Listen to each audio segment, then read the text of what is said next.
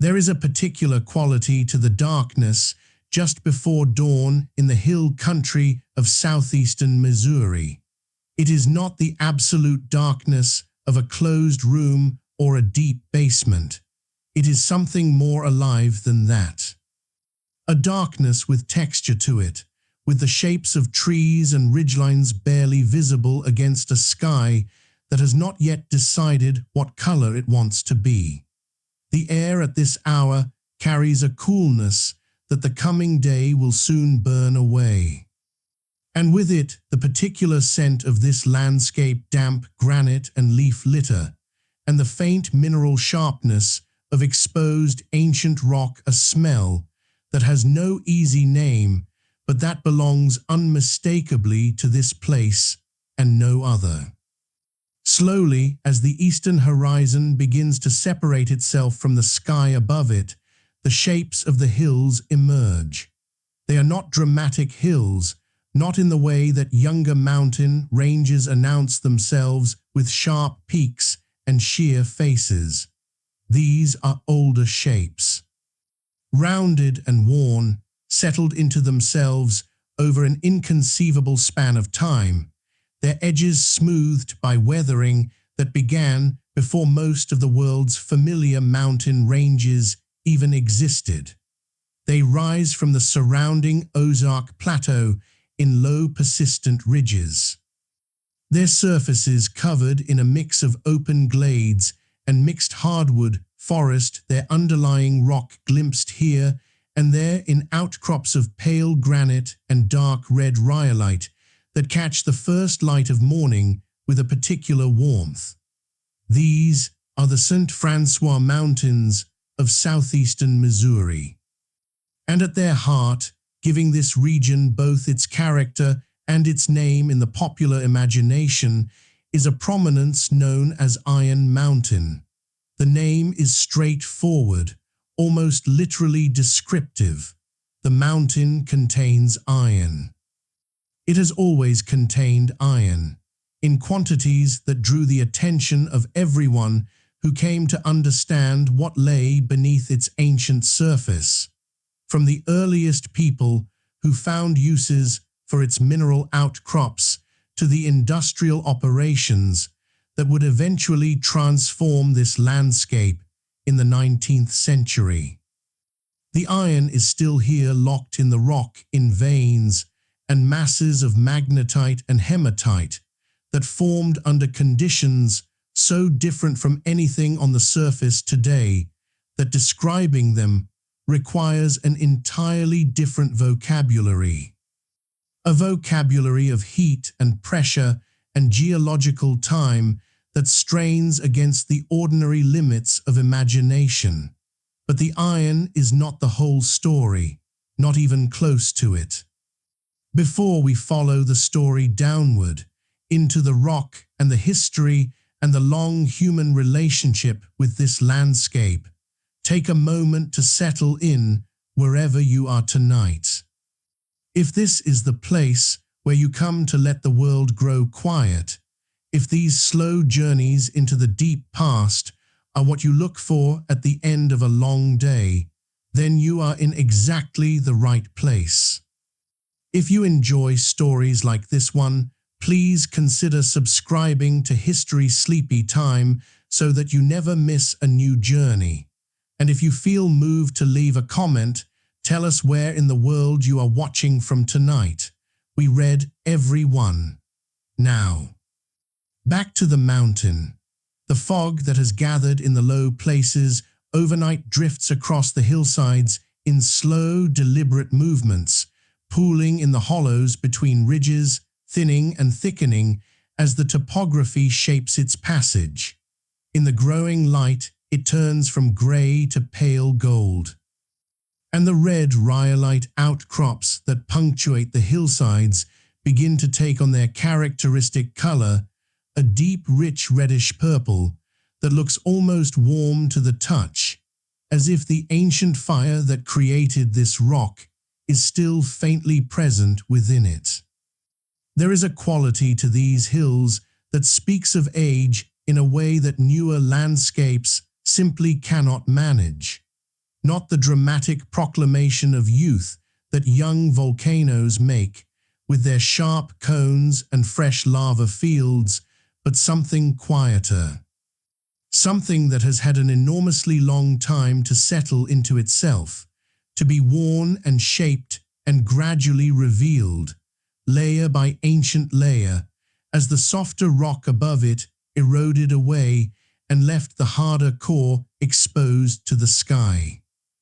Geologists call this region one of the most significant exposures of Precambrian rock in the interior of North America. That phrase, Precambrian, refers to a span of time so vast that it makes all of recorded human history seem not merely brief, but almost vanishingly small.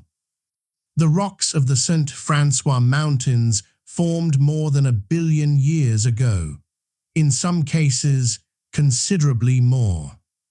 They are among the oldest rocks that exist anywhere at the surface of the North American continent, the remnants of volcanic events so ancient that the world in which they occurred would be completely unrecognizable to any living creature.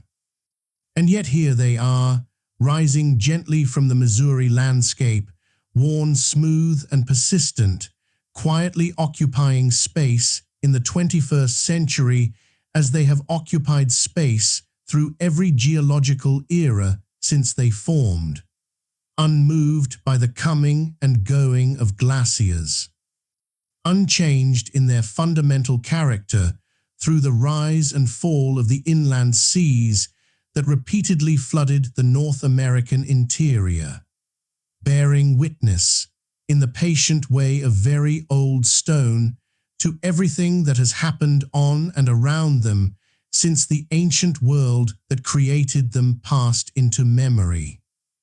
At the base of one of these ridges, partly obscured by a screen of young oak trees and undergrowth that has been slowly advancing across the disturbed ground for decades, there is an opening in the hillside. It is not large, not dramatic. Just a rectangular shadow in the rock face, the stone around it stained with iron-rich groundwater seeping from the mountain above. The timber that once framed this opening has long since rotted and been replaced, in some sections, by nothing at all. The darkness inside begins immediately, swallowing the pale morning light within a meter or two of the entrance. This is one of many such openings scattered across Iron Mountain and the surrounding hills. The remnants of a mining history that transformed this landscape in the 19th and early 20th centuries, and that left behind beneath the surface a network of shafts and passages and chambers that time and geology have been quietly reclaiming ever since. How many such openings exist? How deep do the passages go? How much of what was built and dug and blasted through the ancient rock over a century of industrial mining has simply faded from record and memory as the mountain settled back into itself? These are not simple questions. And the process of asking them carefully, following the evidence honestly, separating what is known from what is speculation and what is legend from what is history, is itself a kind of journey. A descent into the record of this place, layer by layer, from the oldest volcanic events at the foundation of the Francois Mountains to the most recent efforts to understand and preserve what remains. If these mountains were born from ancient fire, what stories still sleep beneath them? The fog continues to drift across the hillsides. The light continues to strengthen, and the darkness inside the old mine entrance remains patient and cool and absolutely still, waiting as it has always waited for whatever comes next.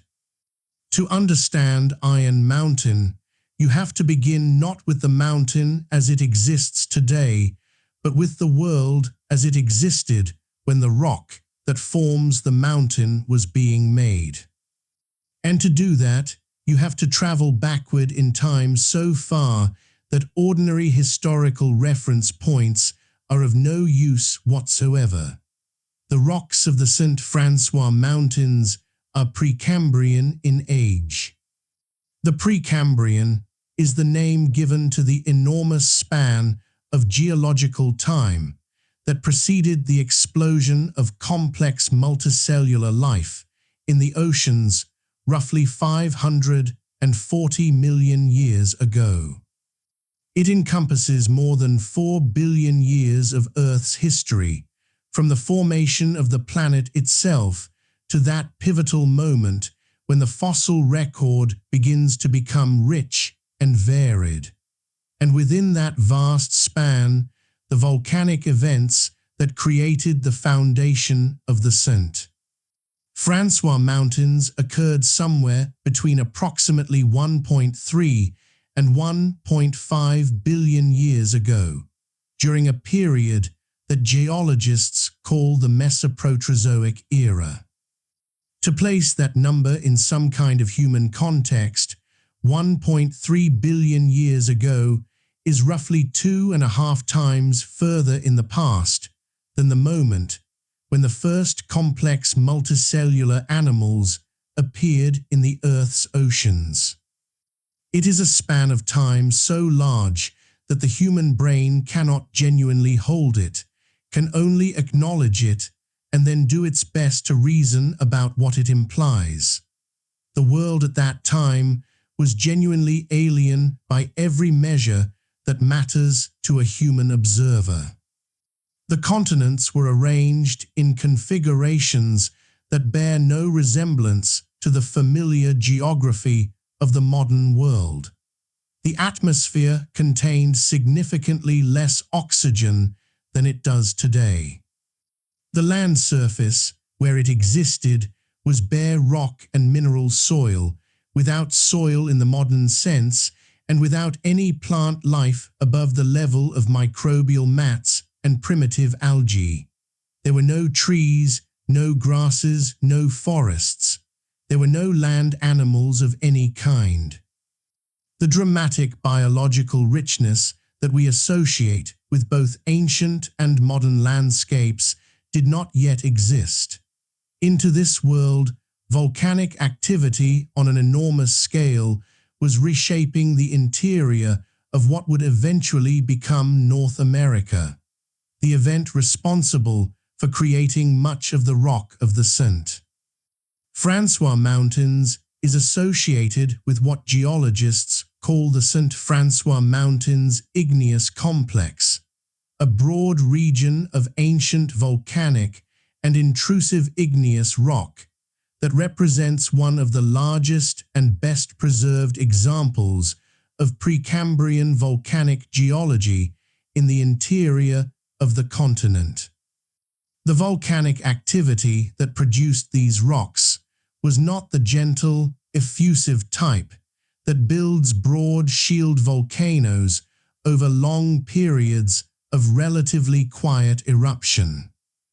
It was explosive, caldera-forming activity, the kind of volcanism that ejects enormous quantities of material over relatively short geological timescales, and that creates characteristic rock types by the rapid cooling and consolidation of that ejected material.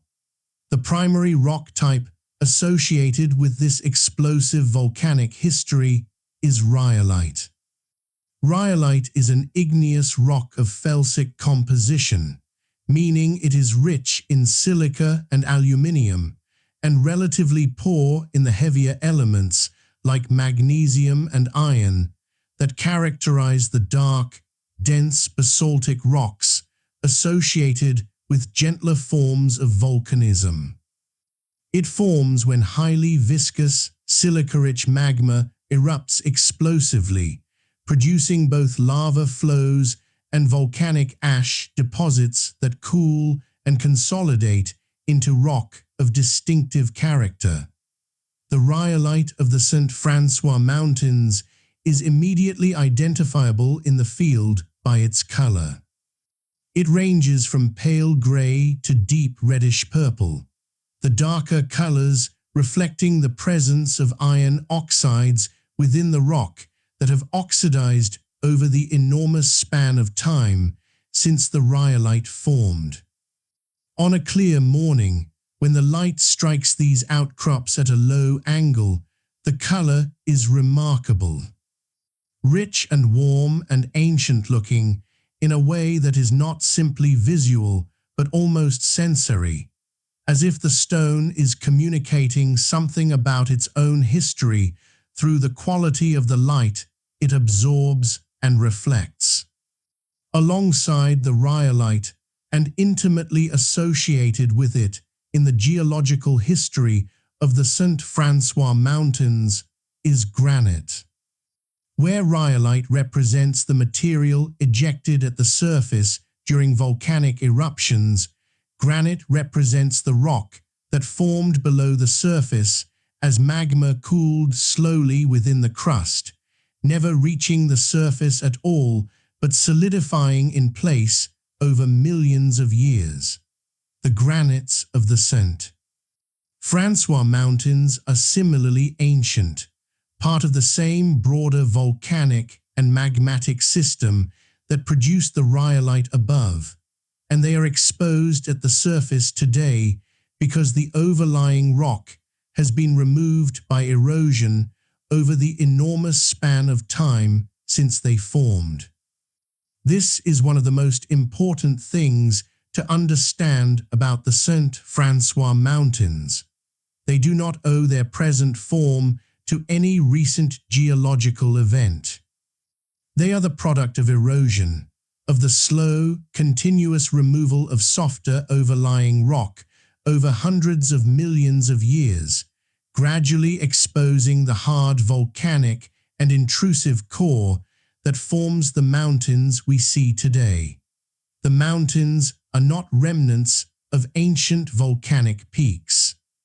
They are the roots of those peaks, the most resistant part of an ancient volcanic system that was once buried deep and has been gradually brought to the surface by the patient work of weathering and erosion.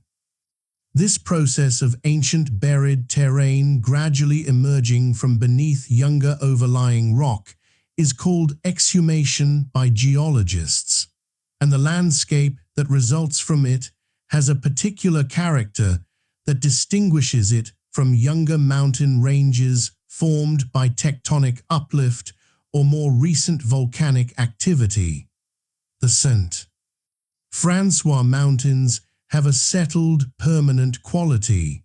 Their shapes are not the angular, dramatic forms of tectonically active young mountains.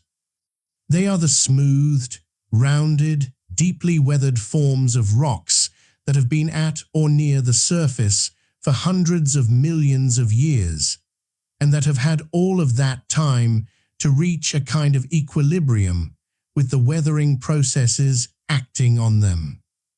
The iron that gives Iron Mountain its name was not present in the original volcanic rock in the concentrations that would eventually make it economically significant. Those concentrations developed later through processes that operated long after the initial volcanic events, through the movement of hot, mineral-rich fluids through the rock, along fractures and fault systems that provided pathways for fluid circulation. These hydrothermal processes, which we will explore in more detail in the next chapter, transformed certain zones of the ancient volcanic rock from ordinary igneous material into some of the richest iron ore deposits that North America would ever produce. They are the reason that a ridge of old, worn Precambrian rock in southeastern Missouri would eventually become one of the most intensively mined locations in the 19th century United States, drawing workers and capital and industrial infrastructure to a landscape that had previously known only the tools of indigenous peoples and the first tentative explorations of French and American settlers.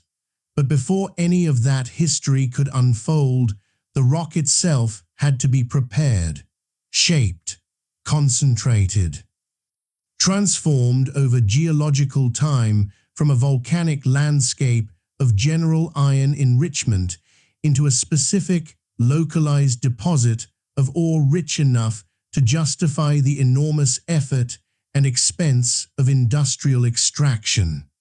That transformation is the story of the next chapter. The fog on the hillsides has mostly lifted now. The morning light falls fully on the rhyolite outcrops, turning them the color of dried roses. A red-tailed hawk circles silently above the ridgeline, riding a thermal that has begun to build as the sun warms the dark rock below. In the distance, the rounded forms of the other scent. Francois peaks are visible through the tree cover, each of them representing the same ancient geological story, each of them a monument to volcanic events so old that the continent they occurred on no longer exists in the form it had then.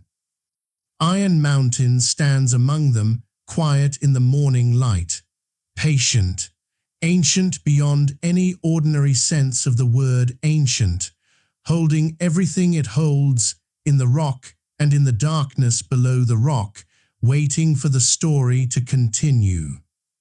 There is a moment when you hold a piece of magnetite in your hand for the first time that is genuinely surprising.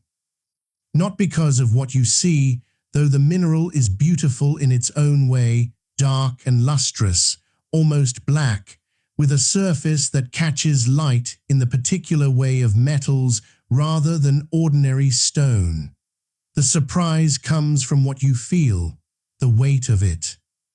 Magnetite is dense in a way that catches the hand off guard, heavier than it looks, heavier than most rocks of comparable size, as if it is concentrated somehow, as if more has been packed into its volume than ordinary matter usually allows. And in a sense, that is exactly what has happened. Magnetite is an iron oxide mineral, one of the primary iron-bearing minerals found in the ore deposits of the St. Francois Mountains region. Its chemical formula is essentially iron combined with oxygen in a specific ratio. And that combination produces a mineral of remarkable density, of strong magnetic properties that allow it to be detected with instruments, and that cause small fragments of it to respond visibly to the field of an ordinary magnet, and of an iron content high enough to make it one of the most valuable ore minerals in the history of American mining. To understand how magnetite and its companion mineral hematite came to be present in the ancient volcanic rocks of the Iron Mountain region, in concentrations rich enough to constitute a major ore deposit, you have to understand something about the way that hot fluids move through fractured rock over geological time. The volcanic rocks of the St. Francois Mountains, rhyolite and granite, and the various other igneous rock types associated with the Precambrian volcanic system are not perfectly solid. They are crossed by fractures, by fault zones, where the rock has been broken by tectonic stresses accumulated over hundreds of millions of years, by the natural grain boundaries between individual mineral crystals, and by the voids and channels that form during volcanic cooling and that remain as permanent features of the rock's internal architecture. Through these fractures and channels, fluids can move.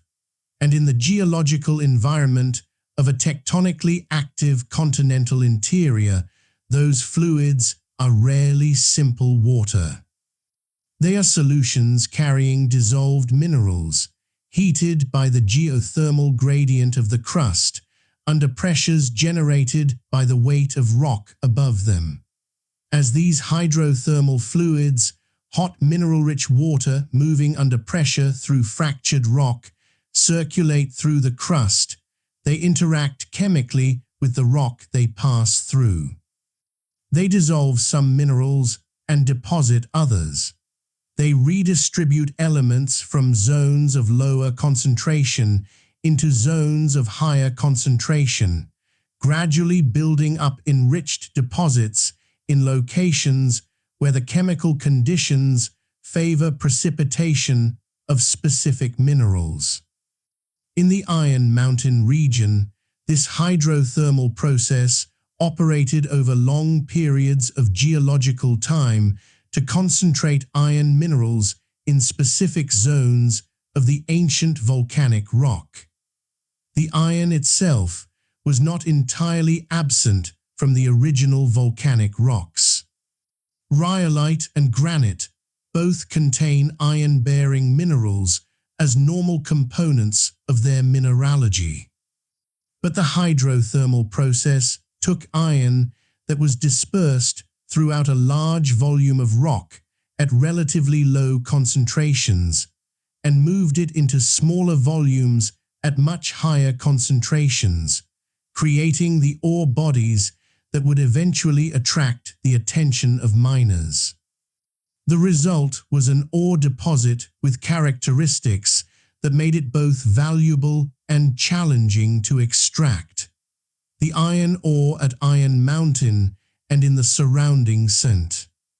Francois Mountains region occurred not in a single, uniform layer or seam that could be followed predictably through the rock, but in irregular masses and veins distributed through the ancient volcanic terrain in patterns that reflected the complex geometry of the fault systems through which the mineralizing fluids had moved. Some of these ore bodies were large, some were rich in magnetite, others contained hematite, a different iron oxide mineral with a characteristic reddish color that stains the rock surfaces where it weathers at the surface. The staining of rock faces and stream beds with iron oxide colors, the rusty reds and oranges and yellows that are visible across much of the St. Francois Mountains landscape, is partly a legacy of this iron enrichment, the superficial expression of the deeper mineral concentrations below. The fault systems that provided the pathways for iron-rich hydrothermal fluids are themselves ancient features of the landscape, structures that formed during the same broad period of tectonic activity that accompanied and followed Precambrian volcanism. Some of these fault zones are visible at the surface as linear features in the topography, places where the rock has been weakened and eroded along the fault trace, creating valleys or gullies that follow the fault line through the landscape. Others are detectable only through detailed geological mapping or through geophysical survey methods that can sense the differences in rock properties on either side of the fault zone. These fault systems did more than simply provide pathways for ore-forming fluids. They also created the structural framework of the underground environment that would later be exploited by miners. When shafts were sunk into Iron Mountain in the 19th century, they were following, in many cases, the same geological structures that the hydrothermal fluids had followed millions of years earlier. The fractures and fault zones that had concentrated the ore were the same features that made the ore accessible to mining, and that shaped the geometry of the underground workings as they followed the ore bodies through the ancient rock. In this sense, the human history of Iron Mountain is written in the geological history that preceded it. The decisions that miners made about where to sink shafts and how to direct tunnels and which ore bodies to pursue were not arbitrary. They were constrained and guided by the geological reality of the ore deposit, by the three-dimensional distribution of iron-rich rock through a fracture system that had been in place for hundreds of millions of years before any human being ever looked at it. The ore deposit at Iron Mountain was recognized by early observers as something exceptional. Among those who contributed to the early systematic understanding of Missouri's mineral resources was Henry Rowe Schoolcraft, the American geographer and ethnologist who traveled through the Ozark region in the early 19th century and produced accounts of the landscape and its resources that were among the first detailed descriptions of the region available to Eastern audiences. Schoolcraft's observations of the iron ore deposits in the St. Francois Mountains contributed to the growing awareness in the years following American acquisition of the Louisiana Territory that this region contained mineral wealth of potentially enormous economic significance. Later geological investigations would add systematic scientific understanding to the early qualitative observations. The geological surveys conducted by the state of Missouri in the 19th century and the work of geologists associated with the United States Geological Survey in subsequent decades built up a detailed picture of the distribution and character of the iron ore deposits across the St. Francois Mountains region. Their reports, preserved in the archives of state and federal geological agencies, represent a primary documentary record of the mineral resources that attracted industrial investment to Iron Mountain and shaped the character of the mining operations that followed. The minerals themselves, the magnetite and hematite locked in the ancient volcanic rock of the St. Francois Mountains, are remarkable objects in their own right.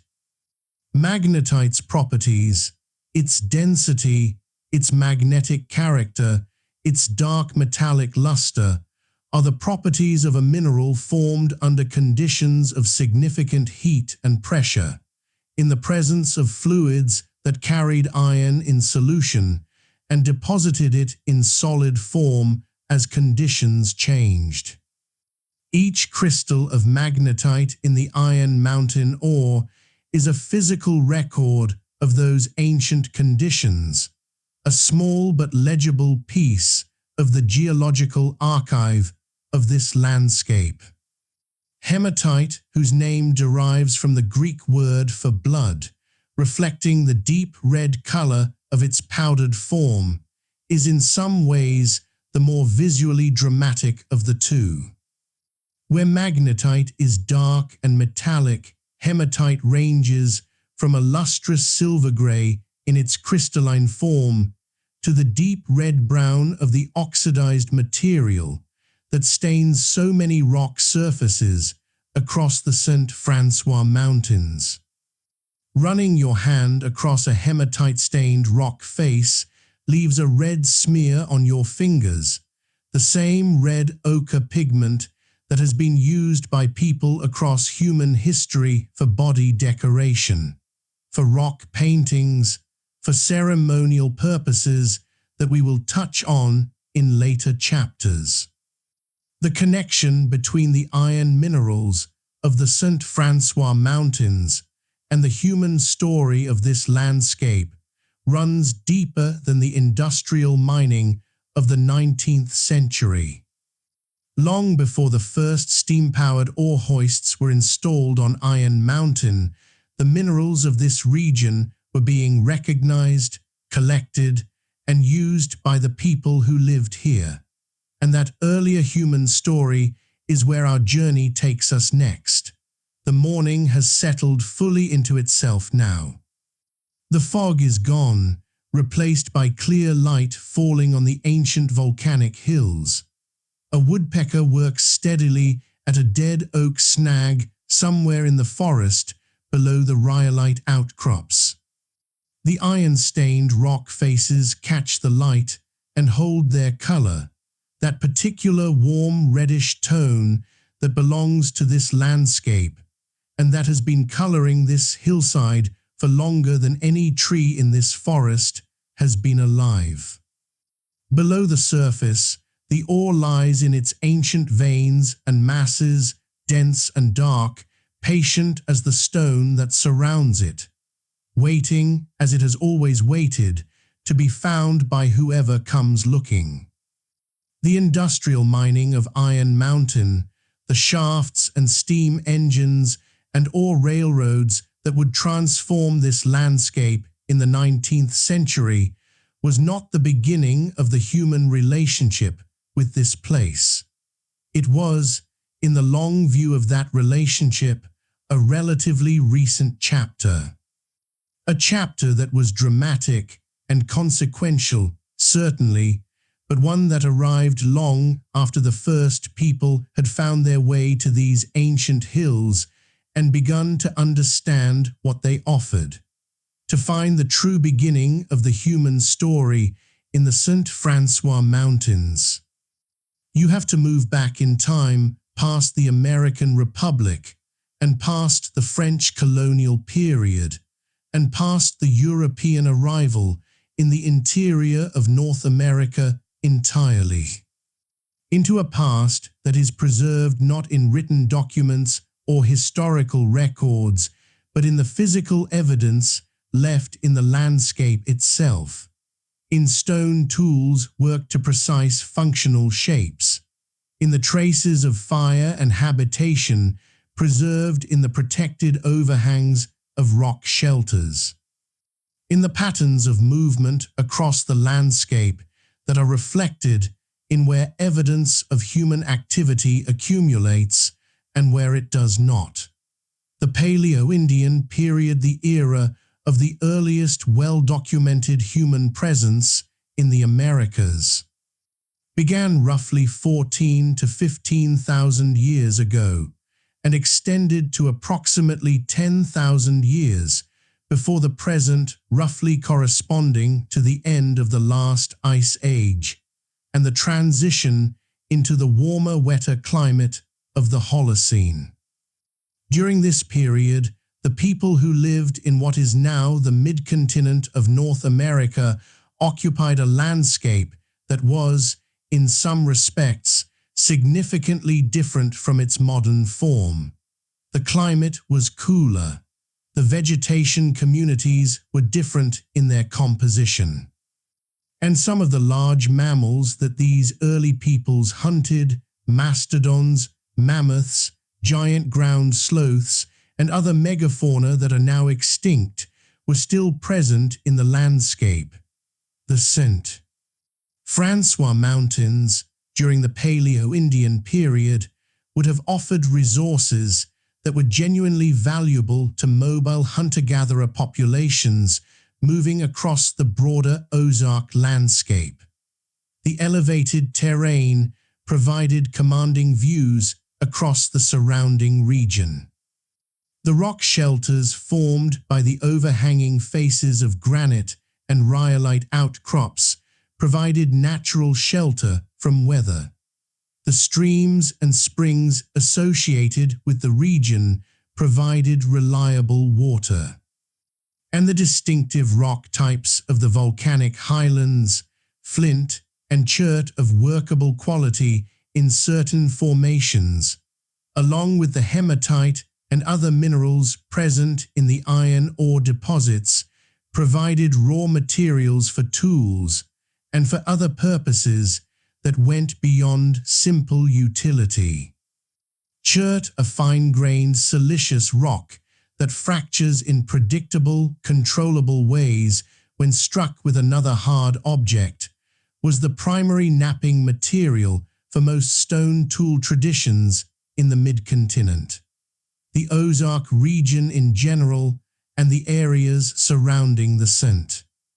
Francois Mountains in particular contains chert-bearing formations that were used by indigenous peoples as tool-making material across a very long span of time.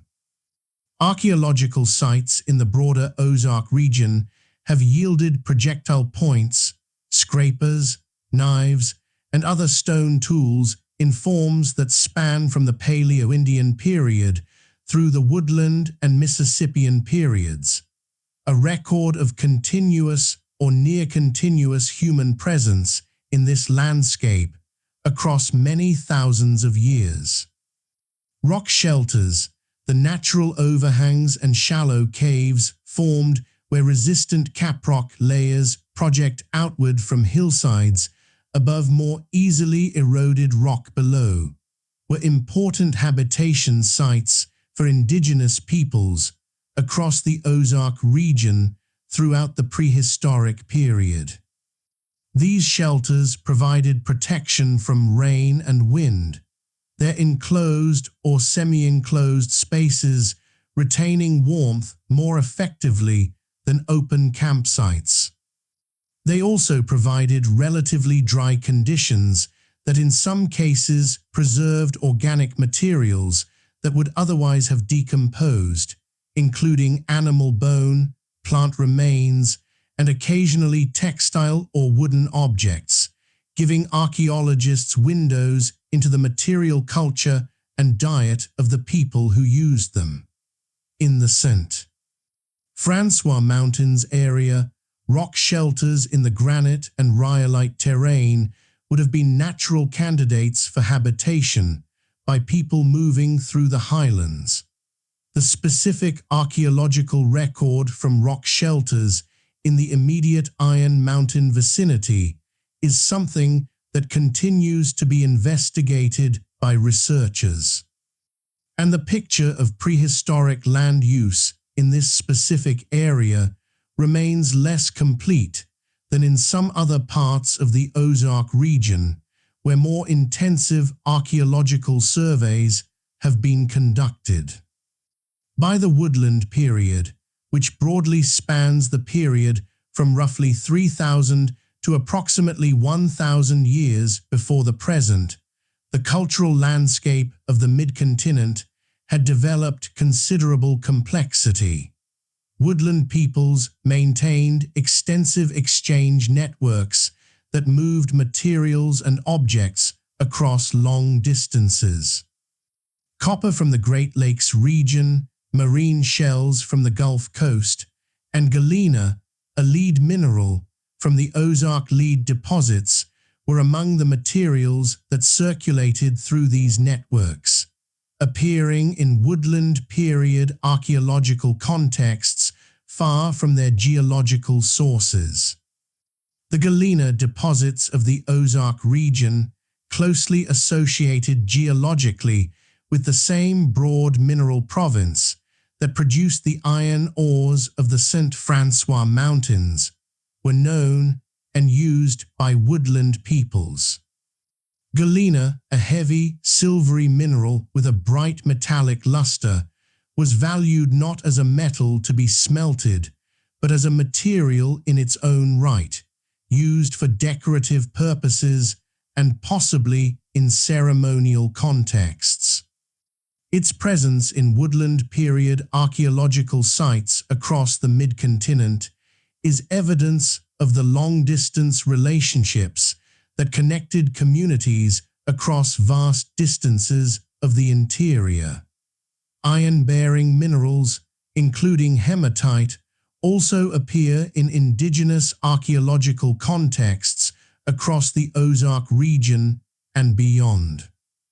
Red ochre, the powdered form of hematite, was used extensively in indigenous ceremonial practice across North America, appearing in burial contexts, on rock art surfaces, and in association with objects of clear ceremonial significance. The presence of iron-rich volcanic rocks in the St. Francois Mountains would have made this landscape a source of ochre, and the use of ochre by the indigenous peoples of this region connects this landscape to a tradition of mineral use that extends back to the earliest periods of human occupation in the Americas and beyond. The Mississippian period, which developed in the mid-continent broadly between approximately 800 and 600 years before the present, represents a period of significant cultural elaboration and population growth across the river valleys of the interior. Mississippian communities built substantial towns with platform mounds, maintained intensive maize agriculture, and participated in complex exchange networks that connected communities from the Gulf Coast to the Great Lakes. The Great Center of Cahokia, located near the confluence of the Missouri and Mississippi rivers in what is now the East St. Louis area of Illinois, was during its period of greatest development one of the largest urban centers north of Mexico. The St.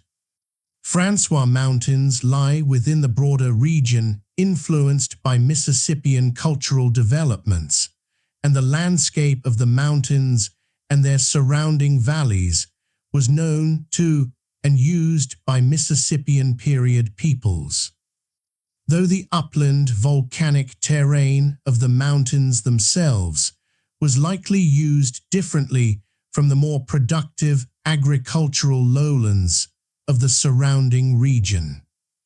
The highlands would have been a source of specific resources, game, plant materials, minerals, stone for tools, and would have been crossed by travel routes connecting the river valley communities to the east and west. The travel routes that crossed the St. Francois Mountains before European arrival were not random paths. They reflected accumulated knowledge of the landscape, of the passes through the upland terrain, the reliable water sources, the sheltered camping places, and the resource locations that made particular routes more practical than alternatives. Some of these routes would follow ridgelines, offering good visibility and relatively easy travel above the dense bottomland vegetation. Others would follow stream valleys that provided water and relatively gentle gradients through the hilly terrain. Understanding the pre-contact travel geography of the St. Francois Mountains region is a subject of ongoing archaeological and ethno-historical research, and the picture that emerges from that research is one of a landscape that was known, traversed, and used by indigenous peoples across a very long span of time.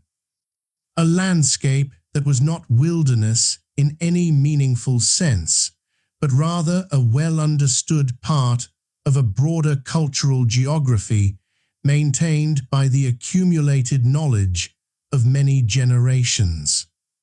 The Osage people, whose homeland in the historic period encompassed a large area of the Ozark Plateau and the surrounding lowlands, maintained a detailed relationship with the landscape of what is now Missouri, Arkansas, and Kansas. The St. Francois Mountains lay within the broader territory known to the Osage, and the minerals, the game, the plant resources of the volcanic highlands were part of the resource landscape that Osage communities knew and used. The Osage maintained a sophisticated understanding of the natural world of the Ozark region, an understanding built from generations of direct experience with its seasonal rhythms, its plant communities, its animal populations, and its distinctive geological features. This knowledge, accumulated over many generations and expressed through the cultural and spiritual practices of the Osage people, represents a form of understanding of the St. Francois Mountains landscape that is as legitimate and as important as the Geological Survey or the mining engineer's report. It is a different kind of knowledge, built from different methods and expressed through different cultural forms, but it is knowledge of the same place, and it deserves to be acknowledged as such. The Quapaw people, whose historic homeland was centered further south along the Arkansas River, also maintained connections to the broader landscape of the Ozark region and its mineral resources. The Quapaw history in this region is a history of sophisticated engagement with a complex landscape, of knowledge accumulated over generations and maintained through cultural practices that persisted through the enormous disruptions of the colonial and removal periods. The archaeological evidence for pre-contact human use of the St. Francois Mountains landscape is real and documented, even where it is incomplete. Stone tools and their manufacturing debris appear in appropriate geological contexts. Rock shelters show evidence of use. The regional exchange networks documented in the archaeological record of the Woodland and Mississippian periods included materials from the St. Francois Mountains mineral province, and the ethno-historical record of the Osage and Quapaw peoples preserves knowledge of this landscape that archaeology alone cannot recover. All of this history accumulated over thousands of years of human presence in the St. Francois Mountains preceded the first European awareness of the iron ore that lay beneath the ancient volcanic hills. When French explorers and traders began to move through the interior of North America in the 17th and 18th centuries, they entered a landscape that was already deeply known, already inhabited, already embedded in cultural and economic systems of considerable sophistication. The mines that would eventually be sunk into Iron Mountain did not happen in an empty landscape. They happened in a place that had been part of the human world for a very long time. And the people who built those mines and the people who had been here before them all left their marks on the landscape in their own ways and their own times. The afternoon light is beginning to angle across the hillsides now. Shadows are lengthening. In the mixed forest below the granite outcrops, a white-tailed deer moves silently between the trees, pausing to test the air before continuing deeper into the shade. The iron-stained rock faces hold their color in the lower light, richer now than in the harsh midday sun.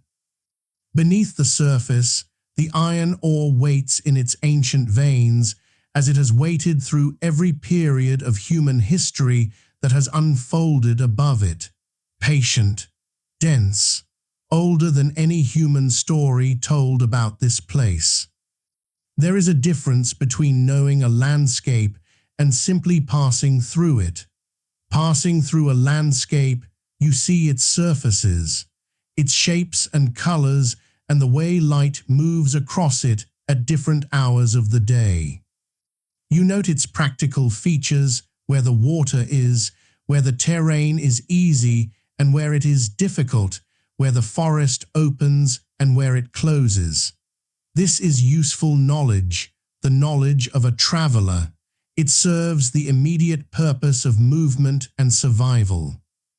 But knowing a landscape, in the deeper sense that accumulates across generations of continuous relationship with a place, is something else entirely. It is an understanding that extends beyond the practical and the immediate into the historical and the meaningful.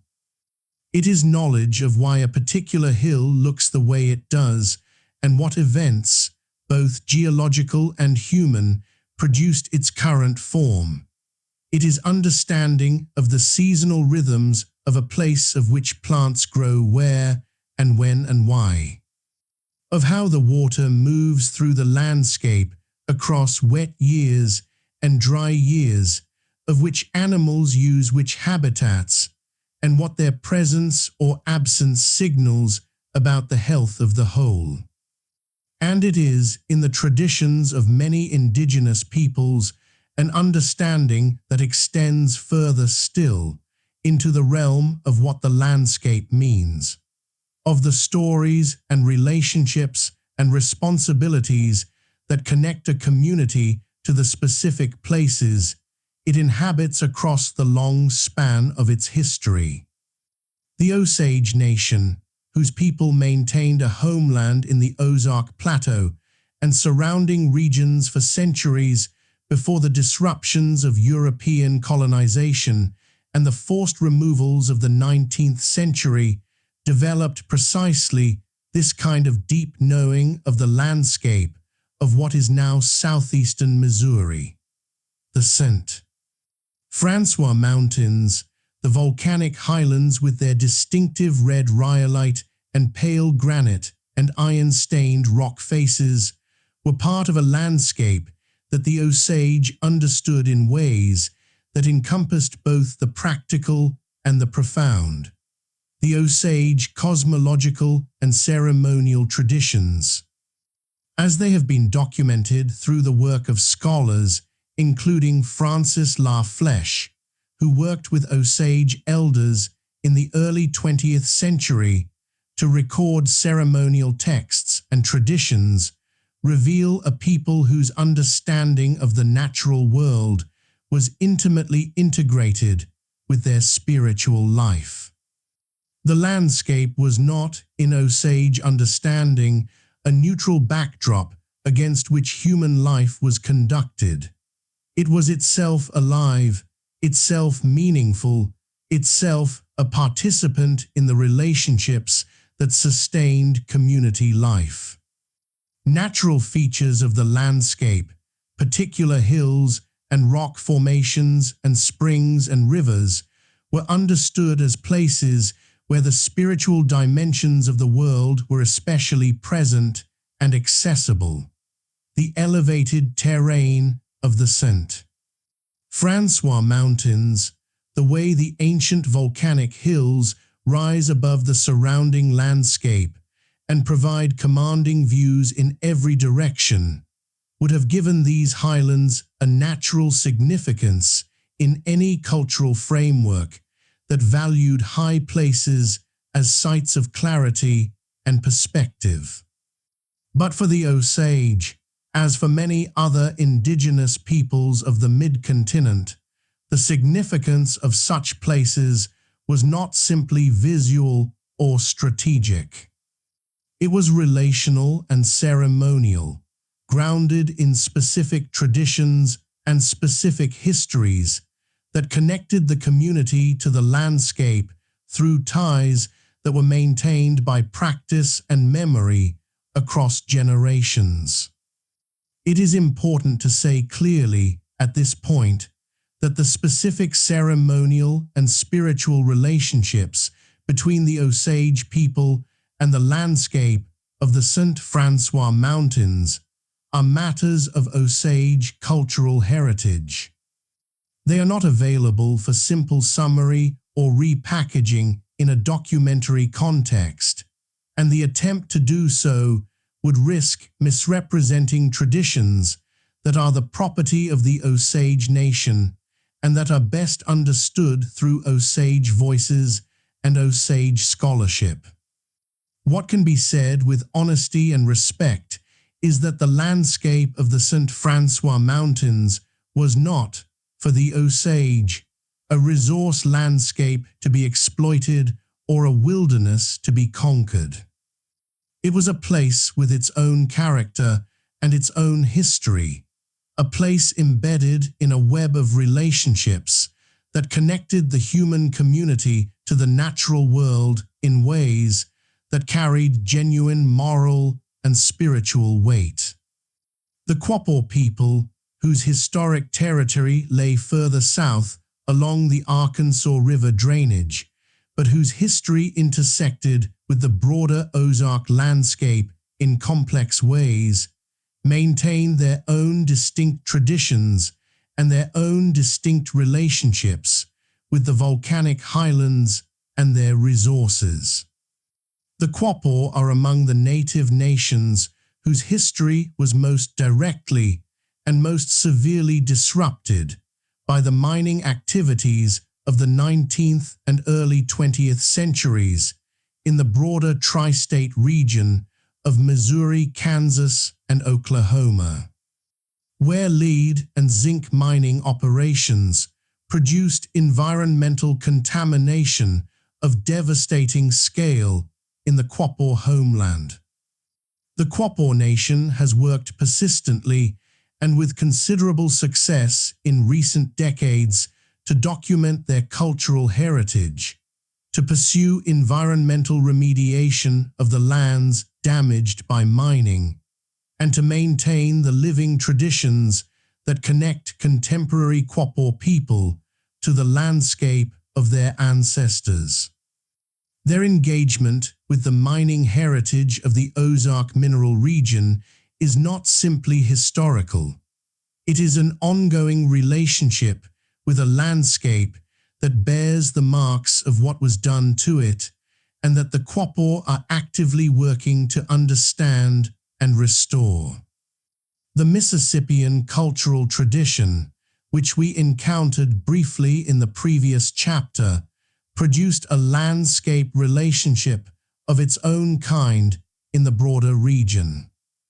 The great center of Cahokia and the smaller Mississippian communities distributed across the river valleys of the mid-continent maintained connections to the upland landscapes of the Ozark region through the exchange networks that moved materials and objects across vast distances. The minerals of the St. Francois Mountains region, the galena and the hematite, and the other distinctive rocks of the volcanic highlands, circulated through these networks in ways that gave them significance beyond their points of origin. For Mississippian communities, as for many of the cultures that preceded and followed them in the mid-continent, distinctive natural features of the landscape were often invested with cosmological meaning.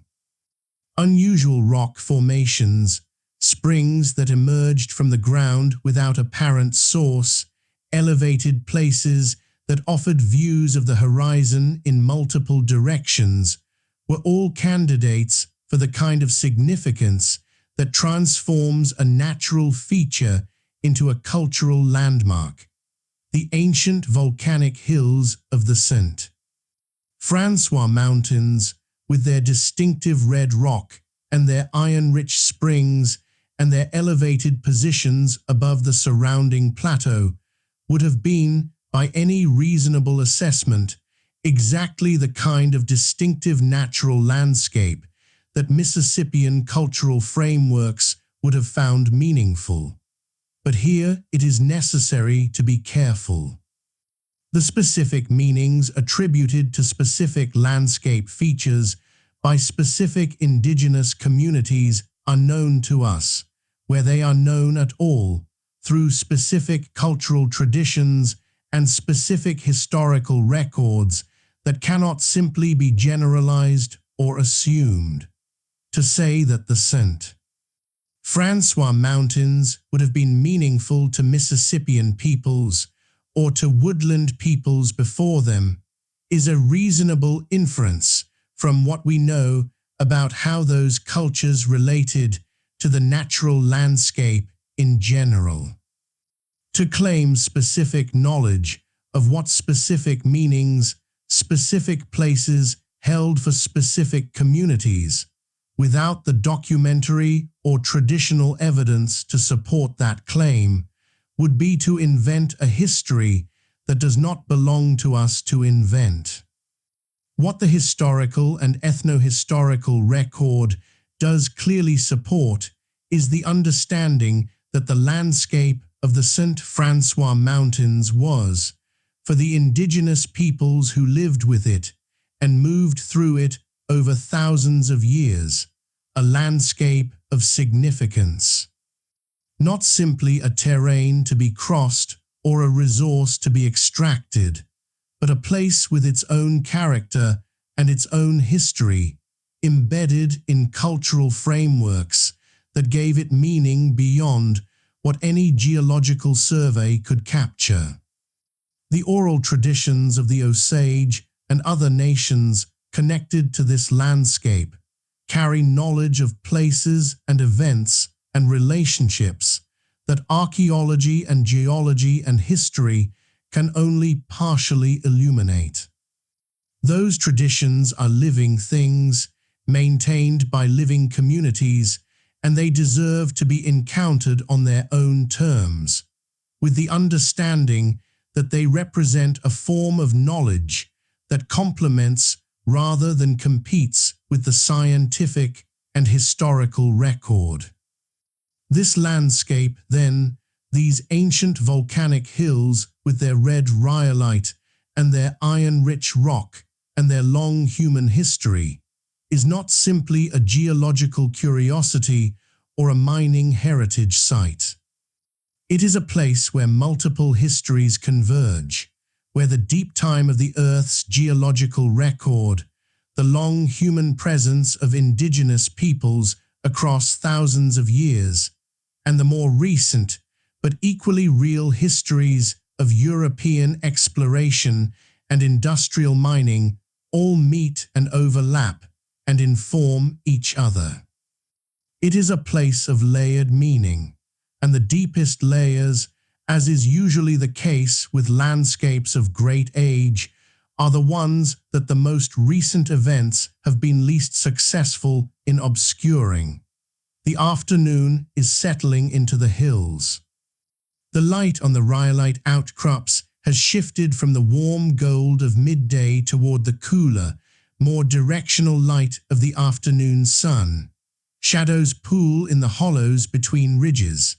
A red-tailed hawk calls once, distantly, and then falls silent. The forest absorbs the sound and returns the quiet that belongs to this place at this hour. Beneath the surface, something new is coming, something that will change this landscape more dramatically and more permanently than anything that has happened to it since the volcanic events that created it. The mines are coming. The descent into industrial history is always, in some sense, a descent into human ambition, not necessarily ambition in its pejorative sense, though that element is sometimes present. But ambition in the most fundamental sense, the impulse to take what the natural world offers and to transform it through effort and ingenuity and the organized labor of many hands into something that serves the needs and purposes of a growing civilization. The mining of Iron Mountain was, at its core, an expression of that impulse, applied to one of the richest iron ore deposits in the North American interior at a moment in history when the demand for iron was growing faster than anyone had previously experienced. The French were the first Europeans to document the mineral resources of what would become Missouri. French explorers and missionaries moving through the interior of North America in the 17th and 18th centuries encountered a landscape whose indigenous inhabitants had long knowledge of its mineral character. The lead deposits of the Ozark region attracted particular French attention because lead was a material of immediate practical military and commercial value, used for bullets and for trade weights and for the pipes and fixtures of the colonial infrastructure. The iron resources of the St. Francois Mountains were noted and recognized as significant, but the scale of investment required to exploit iron ore, the furnaces, the transportation infrastructure, the labor force, was beyond the reach of the French colonial economy in the interior. American acquisition of the Louisiana Territory in 1803 changed the calculus entirely. The early American Republic had an appetite for iron that French colonialism had not, driven by the demands of a rapidly expanding industrial economy and by the infrastructure requirements of a nation building roads and bridges and machinery on a scale that the colonial period had not imagined. The St. Francois Mountains, now within the territory of the United States and within reasonable reach of the Mississippi River transportation network, looked different to American investors than they had to French colonists. The early 19th century saw increasing American attention to the mineral resources of southeastern Missouri. Henry Rowe Schoolcraft, traveling through the Ozark region in 1818 and 1819, documented the iron ore deposits of the St. Francois Mountains in terms that communicated both their geological character and their potential economic significance. His accounts, published and widely read, contributed to the growing Eastern awareness of the mineral wealth available in the interior. The development of systematic iron ore extraction at Iron Mountain came in the decades following American settlement of the region. As capital investment from Eastern financiers and mining operators reached the area and the technology of American iron mining was applied to the distinctive ore deposits of the ancient volcanic terrain. The Iron Mountain mine, which would become one of the most productive iron ore operations in the 19th century United States, developed through a period of expanding investment and improving technology that transformed the scale and character of operations at the site over several decades. The earliest extraction at Iron Mountain relied on methods that were relatively simple by later standards. Surface ore, iron-rich rock exposed at the hill's surface or just beneath a shallow layer of soil and weathered rock, was removed by blasting with black powder and then transporting to processing facilities. The ore bodies at Iron Mountain were in some cases extraordinarily rich by the standards of the time, and the relatively straightforward access to high-quality ore in the early period of operation made the site immediately attractive to investors and operators. As the easily accessible surface ore was removed, operations necessarily moved underground. This transition from surface quarrying to underground mining represented a significant increase in technical complexity and capital investment. Underground mining required the sinking of vertical shafts into the ore-bearing rock. The development of horizontal levels extending outward from the shafts to follow the ore bodies through the rock, the installation of ventilation systems to maintain breathable air in the underground, workings the construction of hoisting machinery to bring ore and workers to the surface and the management of groundwater, which would otherwise flood the underground workings as they penetrated below the water table. The shafts that were sunk into Iron Mountain in the mid-19th century were serious engineering undertakings by the standards of their time. Sinking a shaft through the hard volcanic rock of the St. Francois Mountains required drilling and blasting on a sustained schedule, the removal of broken rock from the shaft as it deepened, the installation of timber framing to prevent collapse of the shaft walls, and the progressive installation of hoisting equipment capable of lifting ore and workers from increasing depths. As the shafts deepened and the underground levels extended outward from them, the engineering challenge grew proportionally. The steam engine was the transformative technology of 19th-century mining, and it appeared at Iron Mountain as it appeared at productive mines across the industrializing world. Steam-powered pumps kept the underground workings free of water as they extended below the natural water table. Steam-powered hoists raised the ore from underground levels to the surface with a speed and efficiency that human or animal-powered systems could not match. Steam-powered machinery at the surface processed the ore, crushing and sorting the iron-bearing rock in preparation for smelting. The transportation of ore from Iron Mountain to the iron furnaces and eventually to the smelters that would process it into usable metal was a logistical challenge that the geography of southeastern Missouri made particularly acute. The St. Francois Mountains, for all their mineral wealth, were not conveniently located relative to the river transportation networks that dominated American commercial geography in the first half of the 19th century.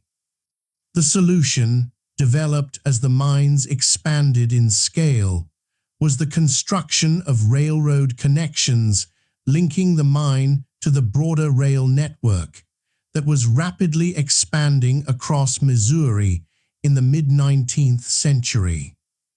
The Iron Mountain Railroad, which was developed to serve the mines and the broader mineral region of southeastern Missouri, was among the earlier railroad construction projects in the state, reflecting the economic priority that the mineral wealth of the St. Francois Mountains represented to investors and to the state's developing industrial economy. The construction of rail connections to Iron Mountain transformed not just the economics of the mine, but the character of the landscape around it, bringing the infrastructure of industrial America into the ancient volcanic terrain and creating the conditions for the development of mining communities that would grow up around the operations. The communities that developed around the Iron Mountain mine and the broader iron mining operations of the St. Francois Mountains were working communities, shaped by the rhythms and the demands of industrial mining in the 19th century. Mining towns in this era were typically organized around the mine itself, with company-owned housing, company stores, and the social infrastructure of a community whose economic life was entirely dependent on the continued operation of the mine below. The men who worked in the Iron Mountain mines came from various backgrounds, drawn by the wages that industrial mining offered, and they brought with them the cultural traditions and social practices of the communities they came from. The work itself was hard and dangerous by any honest measure. Underground mining in the 19th century, before the development of modern safety standards and protective equipment, exposed workers to hazards that were real and serious. Rock falls were a constant danger in underground workings, where the stability of the roof depended on the integrity of the rock itself and on the adequacy of the timber supports installed to supplement it. Poor air quality was a chronic problem in underground mines, particularly in sections distant from ventilation shafts. The explosives used for blasting, black powder in the earlier period, and increasingly more powerful explosives later, created their own hazards during drilling and detonation. Yet people worked in these conditions, year after year, because the mines provided something that the rural economy of 19th-century Missouri often could not: steady wages and a degree of economic security within the framework of industrial employment. The miners of Iron Mountain were not simply anonymous labor units in an economic calculation.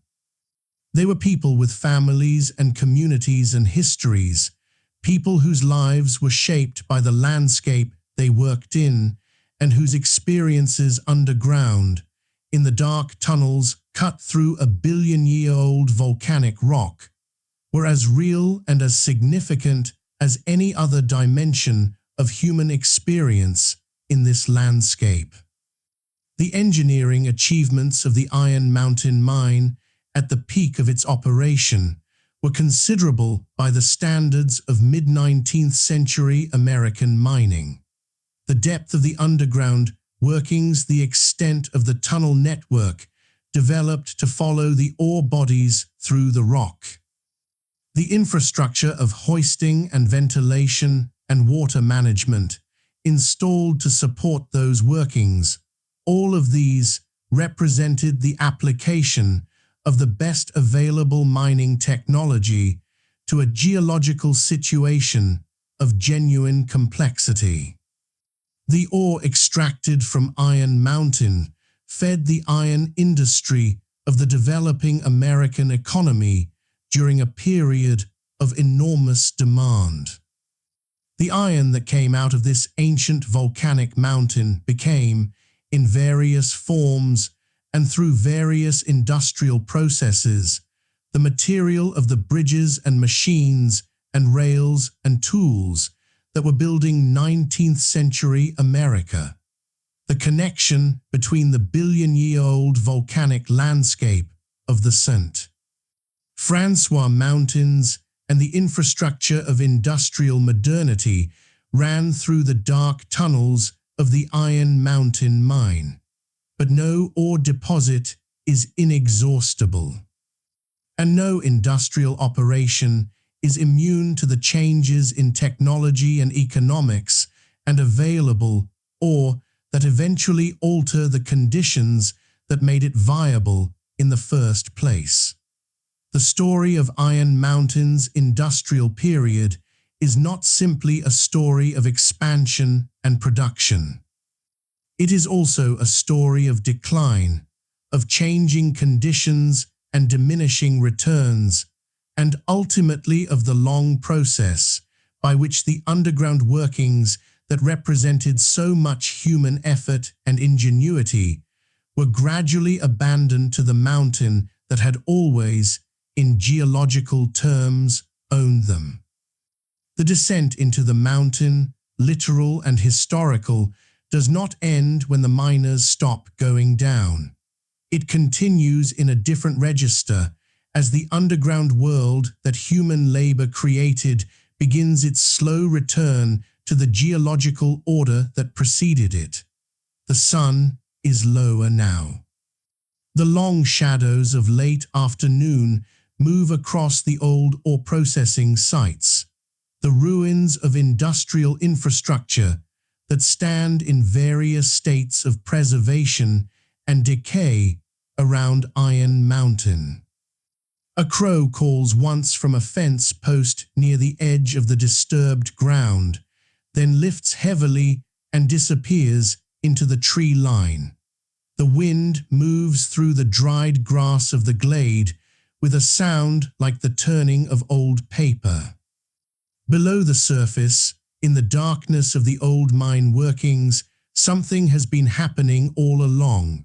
Something quiet and patient and entirely indifferent to the human drama that has unfolded above it. The mountain has been reclaiming what was taken from it. Mines do not die quietly.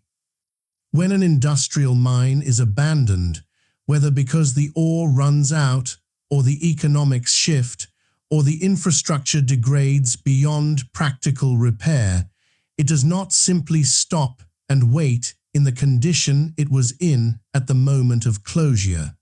It begins to change. Immediately and continuously, it begins the process of returning to a condition more consistent with the geological environment that surrounds it. Water, which mining operations had been managing and pumping out for as long as the mine was active, immediately begins to reclaim the underground workings the moment the pumps stop running. Groundwater that had been held back by the constant effort of steam-powered and later electric pumps seeps and flows, and eventually floods the lower levels of the mine, rising through the shaft systems and the horizontal tunnels until it reaches a level consistent with the natural water table of the surrounding rock. In a mine with significant depth, this flooding process can produce a body of underground water of considerable volume, filling the cavities and tunnels with murky, mineral-rich water that reflects the chemistry of the surrounding volcanic rock. The timber that was installed in underground mines, the beams and planks and posts that supported tunnel roofs and shaft walls and ore chutes and ventilation structures, begins to decay as soon as maintenance ceases and conditions change. Some timber, kept in the permanently saturated conditions below the water table, may survive for surprisingly long periods because bacterial decay requires oxygen, and saturated, oxygen-depleted conditions can slow the decay process considerably. But timber in partially flooded or cyclically wetted conditions, in the zone where the water table fluctuates seasonally, is subjected to the most aggressive decay conditions and deteriorates relatively quickly. As the timber rots, the structural support it provided to the mine workings is lost, and the rock above begins to move. Collapse is the most dramatic and most consequential form of mine deterioration. When the roof of an underground tunnel or chamber loses its support, whether through the decay of timber props or through natural rock failure in formations that were always marginally stable, it falls. The collapse of a roof section sends rock downward into the tunnel below, blocking passage and potentially destabilizing adjacent sections of the underground workings by changing the stress distribution in the surrounding rock. In a complex mine network with many interconnected tunnels and chambers, a significant collapse in one section can initiate a cascading sequence of further collapses that progressively restricts access to the deeper parts of the system. The underground workings of Iron Mountain, developed over decades of 19th-century mining through the hard volcanic rock of the Francois Mountains, have been subject to all of these processes of deterioration since the mine's period of major operation came to an end. Flooding, collapse, timber decay, and the progressive accumulation of sediment and mineral deposits in the mine tunnels have all contributed to reducing the accessibility of the underground workings and to obscuring the record of what was built there. The question of how extensive the underground workings at Iron Mountain actually were at the peak of their development is one that does not have a fully precise answer available in the existing historical record. Mining operations in the 19th century kept records of various kinds. Records of ore extracted and wages paid, and supplies purchased and accidents recorded. But the systematic three-dimensional documentation of underground mine geometry was not always conducted with the precision that would allow later historians and geographers to reconstruct the complete picture of what was built. Mine maps, where they survive, are primary documents of enormous value for understanding the geometry and extent of historic underground workings. They show the locations of shafts and the directions and lengths of tunnels, the positions of ore bodies being worked, and the levels at which different sections of the mine operated. But mine maps from the 19th century are often incomplete, sometimes inaccurate in their representation of dimensions and angles, and frequently affected by the practical reality that underground mapping in active mines was conducted under difficult conditions that did not always favor precision. Many mine maps from the Iron Mountain operation have been lost entirely, victims of the same processes of institutional change and record deterioration that have affected historical documentation from many 19th century industrial operations. The companies that operated the mines changed hands, reorganized, merged with other entities, and eventually ceased operations, and the records they maintained did not always survive these transitions intact. Some records are held in archives, in the collections of state geological surveys and historical societies and university libraries, but the coverage is incomplete, and the picture that can be reconstructed from surviving documentation is necessarily partial.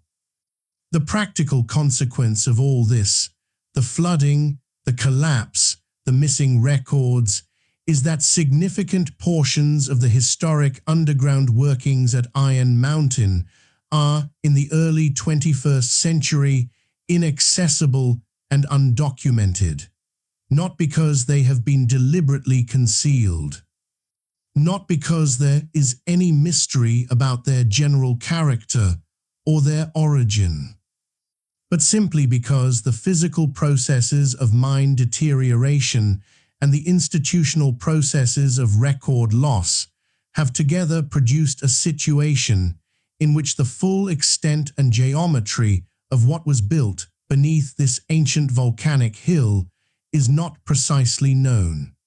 This is the genuine mystery of Iron Mountains underground. Not the mystery of a secret or a hidden civilization or a deliberate concealment. The honest, straightforward mystery of incomplete records and inaccessible spaces in a complex underground environment that has been slowly changing for over a century. The scale of what might remain undocumented is not trivial. Large 19th century mines developed extensive networks of underground workings over their operational periods. Multiple levels, connected by shafts and raises, extended horizontally through the ore-bearing rock in directions determined by the geometry of the ore bodies being followed.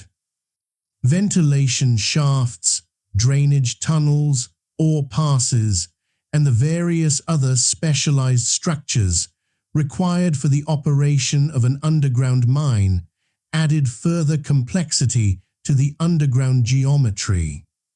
A major operation like the Iron Mountain mine, at the height of its development, would have comprised many kilometers of underground passage distributed across multiple levels at different depths.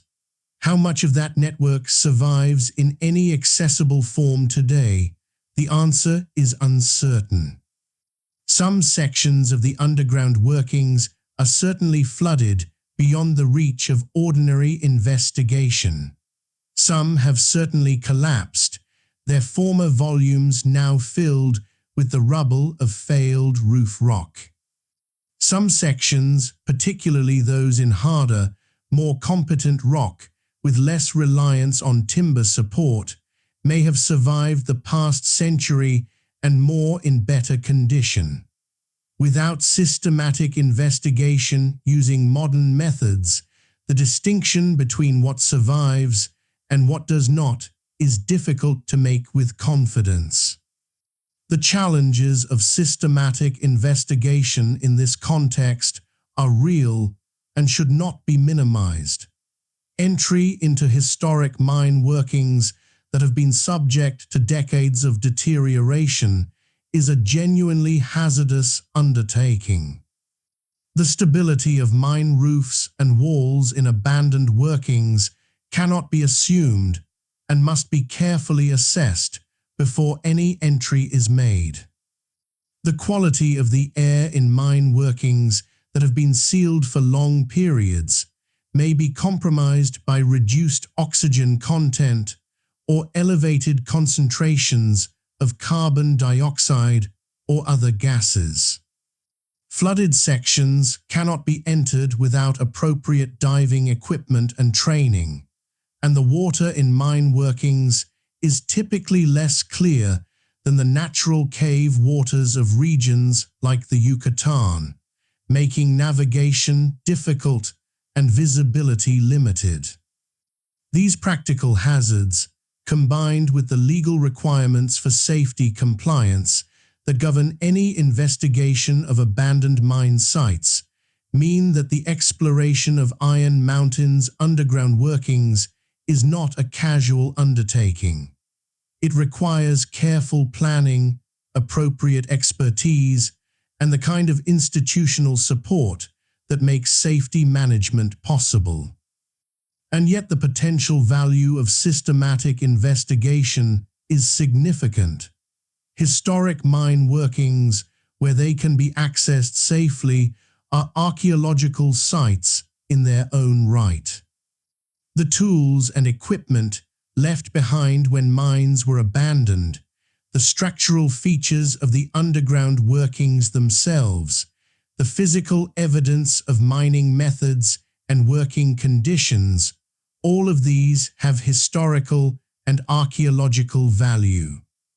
In some abandoned mines, organic materials, including timber, leather, and occasionally other materials, survive in underground environments in conditions that allow dendrochronological dating and other analyses that can add precision to the historical record. The rock walls of abandoned mine tunnels also carry their own geological information. The patterns of fracturing and mineralization visible in the walls of mine tunnels provide direct access to the three-dimensional geology of the ore deposit in ways that surface exposures cannot. The contacts between different rock types the geometry of ore veins as they appear in cross-section in tunnel walls. The evidence of ancient hydrothermal fluid movement in the mineral coatings of fracture surfaces, all of these features are legible to a trained geologist and contribute to the understanding of how the Iron Mountain ore deposit formed and how it was distributed through the ancient volcanic rock. Beyond the mine workings themselves, The broader underground landscape of the St. Francois Mountains includes natural cave systems developed in the same geological framework that hosted the ore deposit. The fracture systems that provided pathways for ore-forming hydrothermal fluids also provided pathways for groundwater movement in subsequent geological time, and in some cases, this groundwater movement has developed cave systems of modest extent in the volcanic terrain. These natural caves are a distinct feature of the underground landscape, different in origin and character from the mine workings, but occupying the same geological environment and subject to many of the same processes of formation and change. How many miles of underground workings have simply faded from memory as the mountains slowly reclaimed them? The honest answer is that no one knows precisely. The records that would allow a confident answer to that question are incomplete, and the physical investigation that would supplement the documentary record has not been conducted systematically. What is known is that the underground workings at Iron Mountain were extensive by the standards of 19th-century American iron mining. That they have been subject to significant deterioration over the more than a century since major operations ceased, and that the combination of physical deterioration and record loss has produced a genuine gap between what was built beneath this ancient volcanic hill and what is currently known and accessible. That gap is not a scandal or a conspiracy. It is simply the ordinary consequence of time and geology and the institutional impermanence of industrial enterprises. It is the kind of gap that exists in various forms and at various scales in the underground record of mining operations across the industrialized world. But it is also, in its own quiet way, a mystery. A genuine and honest mystery, born not of secrecy, but of the slow, patient work of a mountain reclaiming its own depths. The light outside is failing now. The long gold of the late afternoon has given way to the cooler, bluer light of early evening. The shadows have deepened in the hollows between the ridges. The old mine entrance, partially visible through the screen of oak trees at the base of the ridge, is nothing but a dark rectangle in the dimming light, its interior absorbed by the darkness that has been gathering there all day. The mountain is settling into the evening, patient, old, holding what it holds. Every landscape that has been lived in long enough develops its own folklore. Not invented folklore, not stories created for entertainment or commercial purposes, but the organic accumulation of narrative that grows around real experience in real places over real time. The kind of story that begins with something that actually happened or something that someone genuinely believed happened, and that is then carried forward through the community by the ordinary mechanisms of human storytelling, shaped and reshaped by each retelling acquiring detail here and losing it there, until the story has a life of its own that is distinct from whatever event or experience originally gave rise to it. Mining communities were particularly fertile ground for this kind of organic folklore, and the reason is not difficult to understand.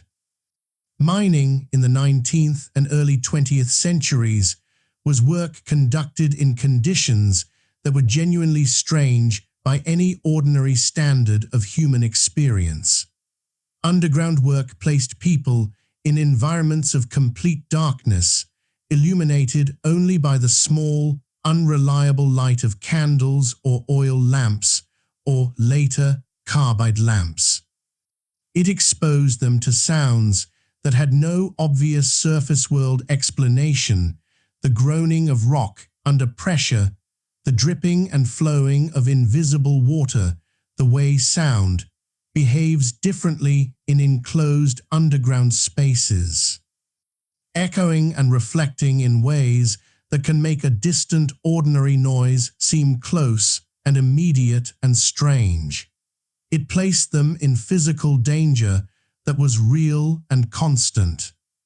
And that experience of working in a dangerous environment, where the consequences of inattention could be sudden and severe, creates a psychological orientation that is alert to the unusual, that notices things that might be overlooked in safer conditions, and that is inclined to attribute significance to events that do not have an immediately obvious explanation.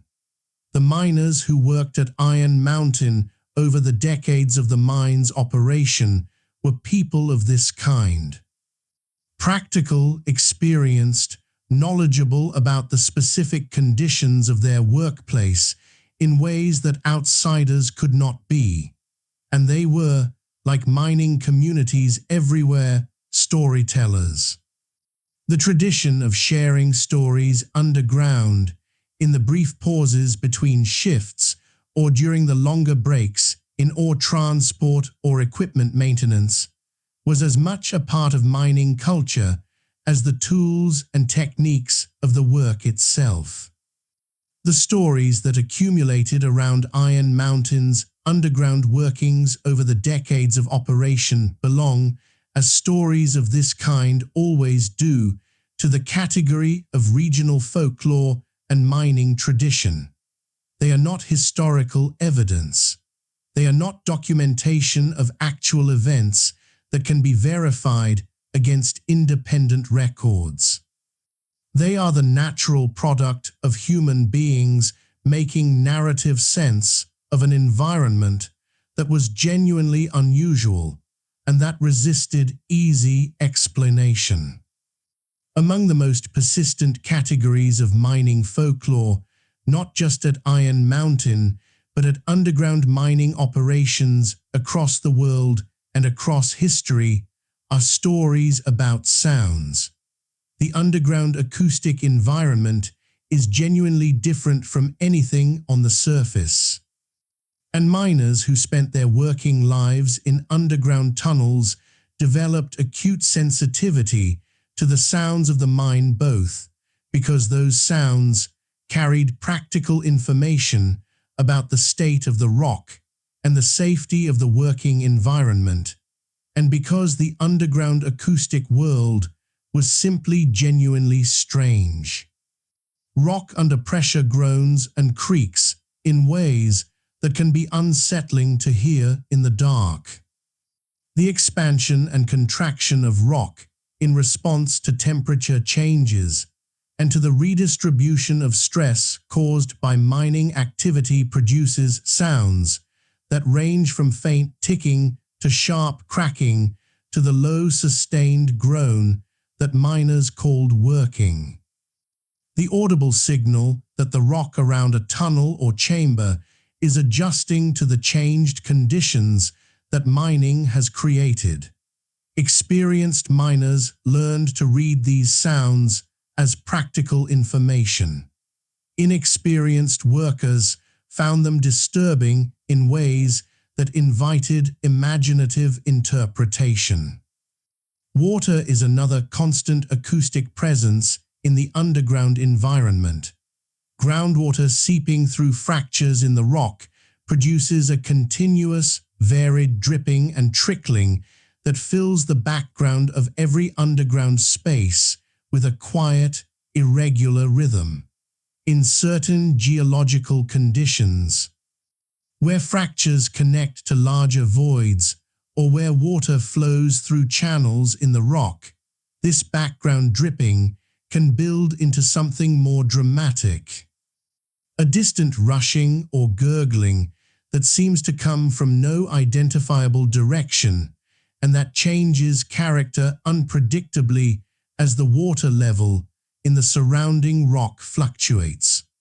Stories of phantom lights in the mine workings occupy a significant place in Iron Mountain's accumulated folklore tradition. Lights seen in tunnels that should be empty, in sections of the mine no longer being worked, in passages that had supposedly been sealed after exhaustion of their ore. The practical explanations for such lights: phosphorescent mineral deposits that glow faintly in complete darkness, reflected lamplight traveling through the underground in unexpected ways, the disorientation that occurs in dark environments where the eyes reach for any available stimulus, are real and documented phenomena that do not require supernatural explanation. But the stories that grew around these lights were rarely satisfied with practical explanations. In the oral tradition of mining communities, unexplained lights had meaning beyond their physical cause. They were signals, warnings. The presence of something not entirely of the ordinary world, glimpsed in the darkness of underground spaces where the boundary between the familiar and the unknown seemed genuinely thinner than it did on the surface. Stories of forgotten tools left in abandoned sections of the mine, of equipment found in places where no one remembered leaving it, of the sounds of work being conducted in passages that had been sealed for years. All of these belong to the same category of narrative. They are the stories of a community processing the experience of working in a genuinely unusual environment, finding narrative frameworks for experiences that resisted ordinary explanation. Some mining folklore in the broader tradition included stories of small underground beings, figures with various names in various mining traditions across different cultures, who were understood as resident spirits of the mine, sometimes helpful and sometimes mischievous, whose presence was registered in the unexplained sounds and events of the underground working environment. Whether any specifically Iron Mountain version of this broader tradition developed is a matter of local folklore research that goes beyond what can be documented in this account. What can be said is that the conditions that gave rise to such traditions in other mining communities, the darkness, the strange sounds, the constant sense of operating in an environment that was not fully knowable, were fully present at Iron Mountain. The stories of hidden chambers are perhaps the most persistent and the most elaborated element of Iron Mountain's mining folklore.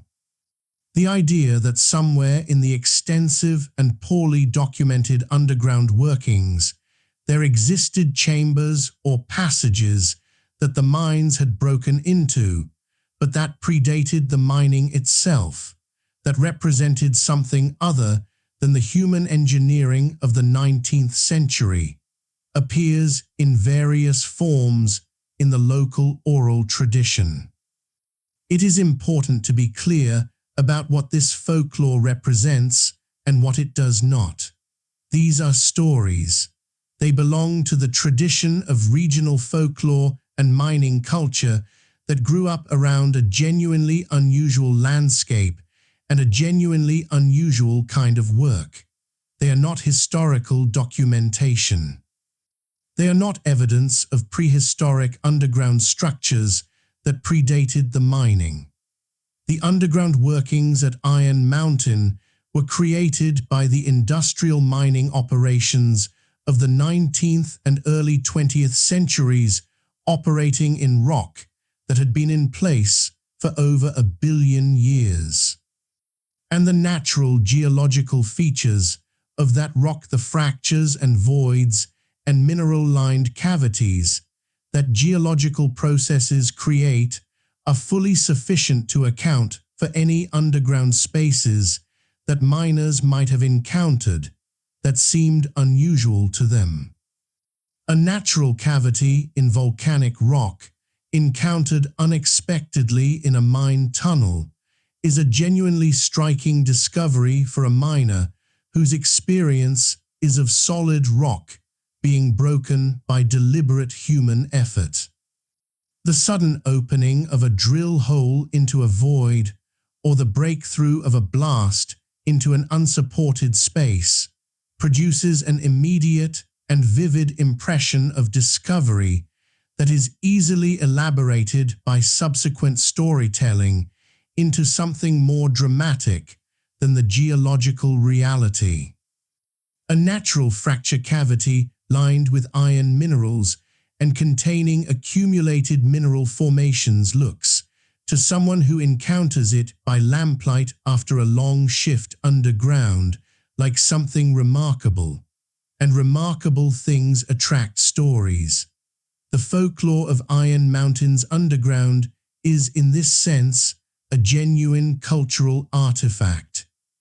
It reflects the real experience of real people working in a genuinely unusual environment, processed through the narrative traditions of a working mining community and preserved in the oral tradition of the region. It deserves to be acknowledged and documented as folklore, as local cultural heritage, as a window into the experience of the people who worked in this mine. But it should not be mistaken for historical fact or for evidence of anything other than what it actually is. The underground of Iron Mountain is remarkable enough on its own terms, as a geological environment and as a record of human industrial history without the addition of invented prehistoric mysteries. The evening is settling fully into the hills now. The last light has left the highest rhyolite outcrops and retreated to the western horizon, where it lingers in thin bands of orange and rose. The old mine entrance is barely visible in the gathering dark, a shadow in the hillside, quiet and still. Somewhere inside, in the darkness beyond the entrance, water drips steadily from the roof of the old tunnel into a pool that has been forming on the tunnel floor for decades. The sound echoes softly through the stone, just the water and the rock and the dark. When the last miners leave underground working and the machinery goes quiet and the infrastructure of an active mine begins its long decline, something unexpected begins to happen.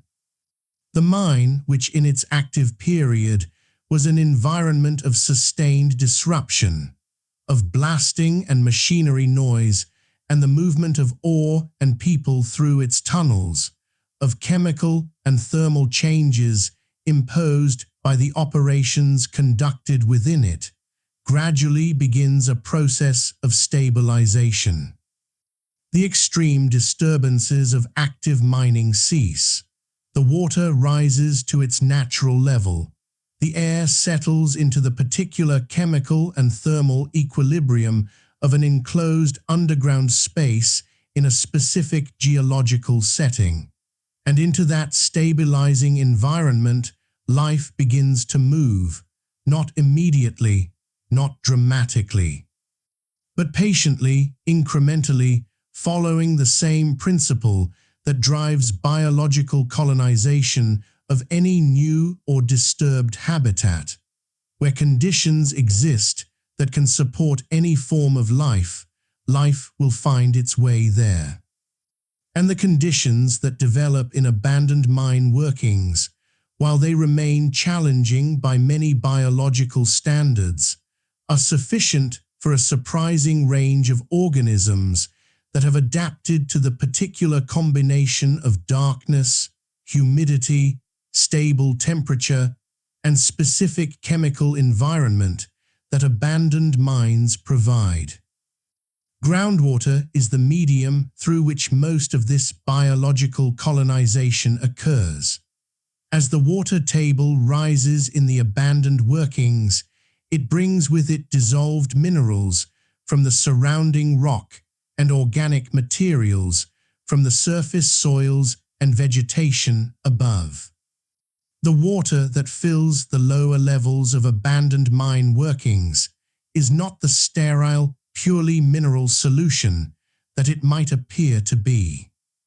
It carries organic carbon compounds derived from the decomposition of surface vegetation, bacterial cells washed in from soil environments above, and the dissolved products of the ongoing chemical interactions between groundwater and the minerals of the surrounding rock.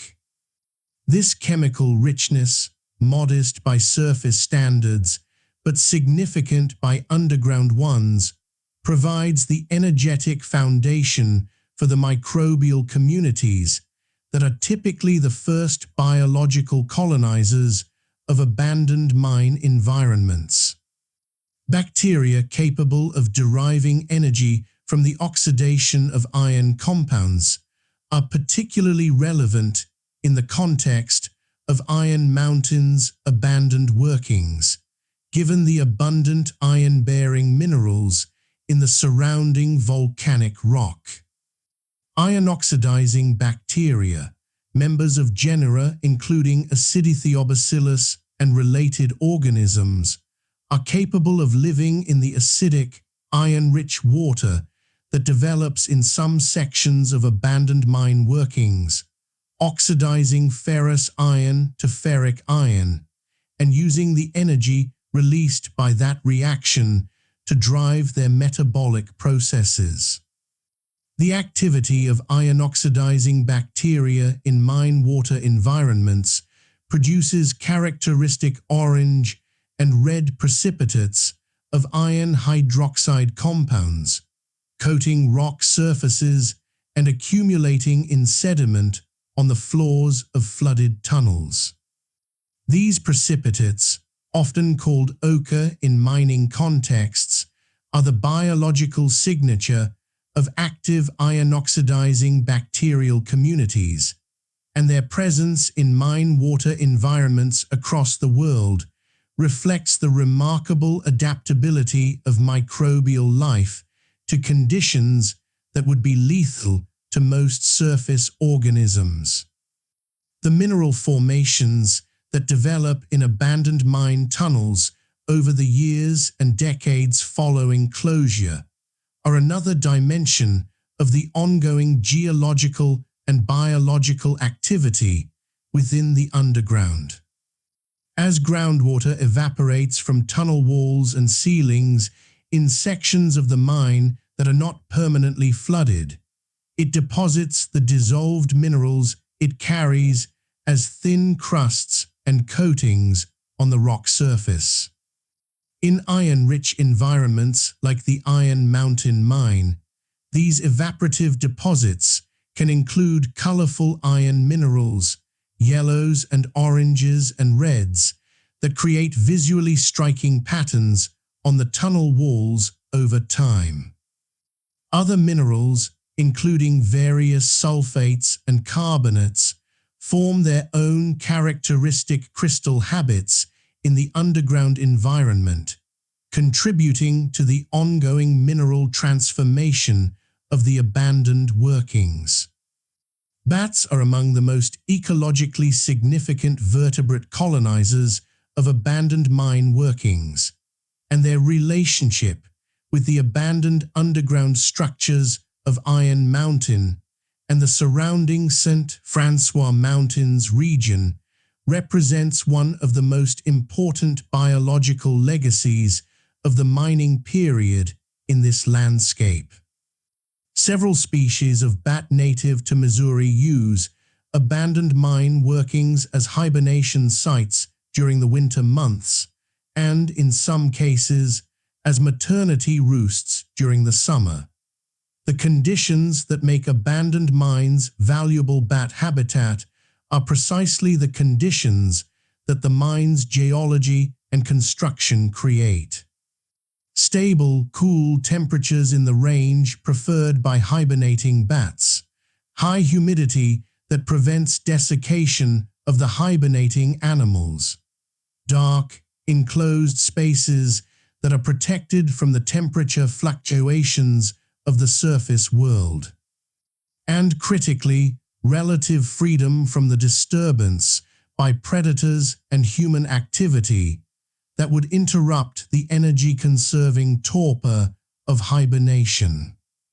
Among the bat species that use abandoned mine workings in Missouri is the endangered Indiana bat, Myotis sodalis, a small cave-dwelling species whose populations have declined significantly over the past several decades due to the spread of white nose syndrome, a fungal disease that affects hibernating bats across eastern North America.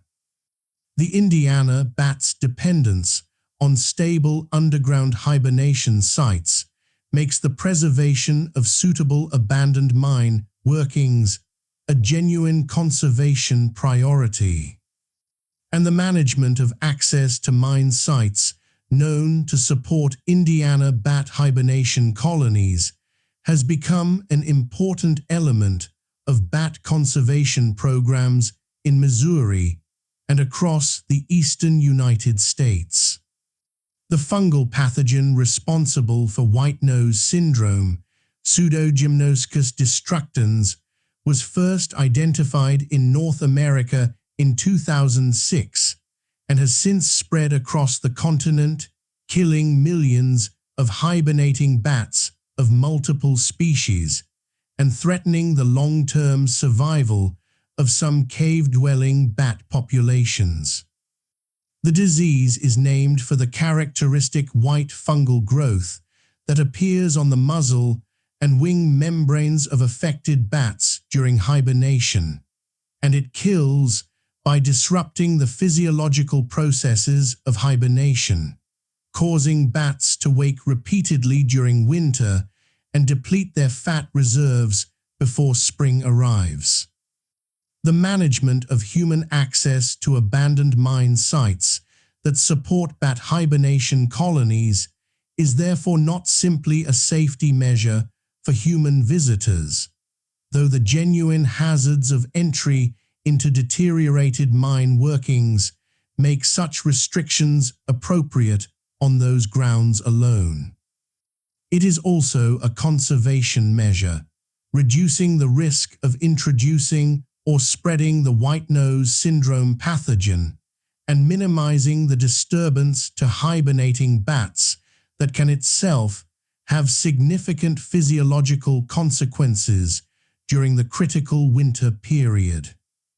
The ecological recovery of the surface landscape around Iron Mountain, the revegetation of disturbed ground, and the return of plant and animal communities to areas affected by mining operations has proceeded over the decades since major mining activity ceased in ways that are visible and measurable.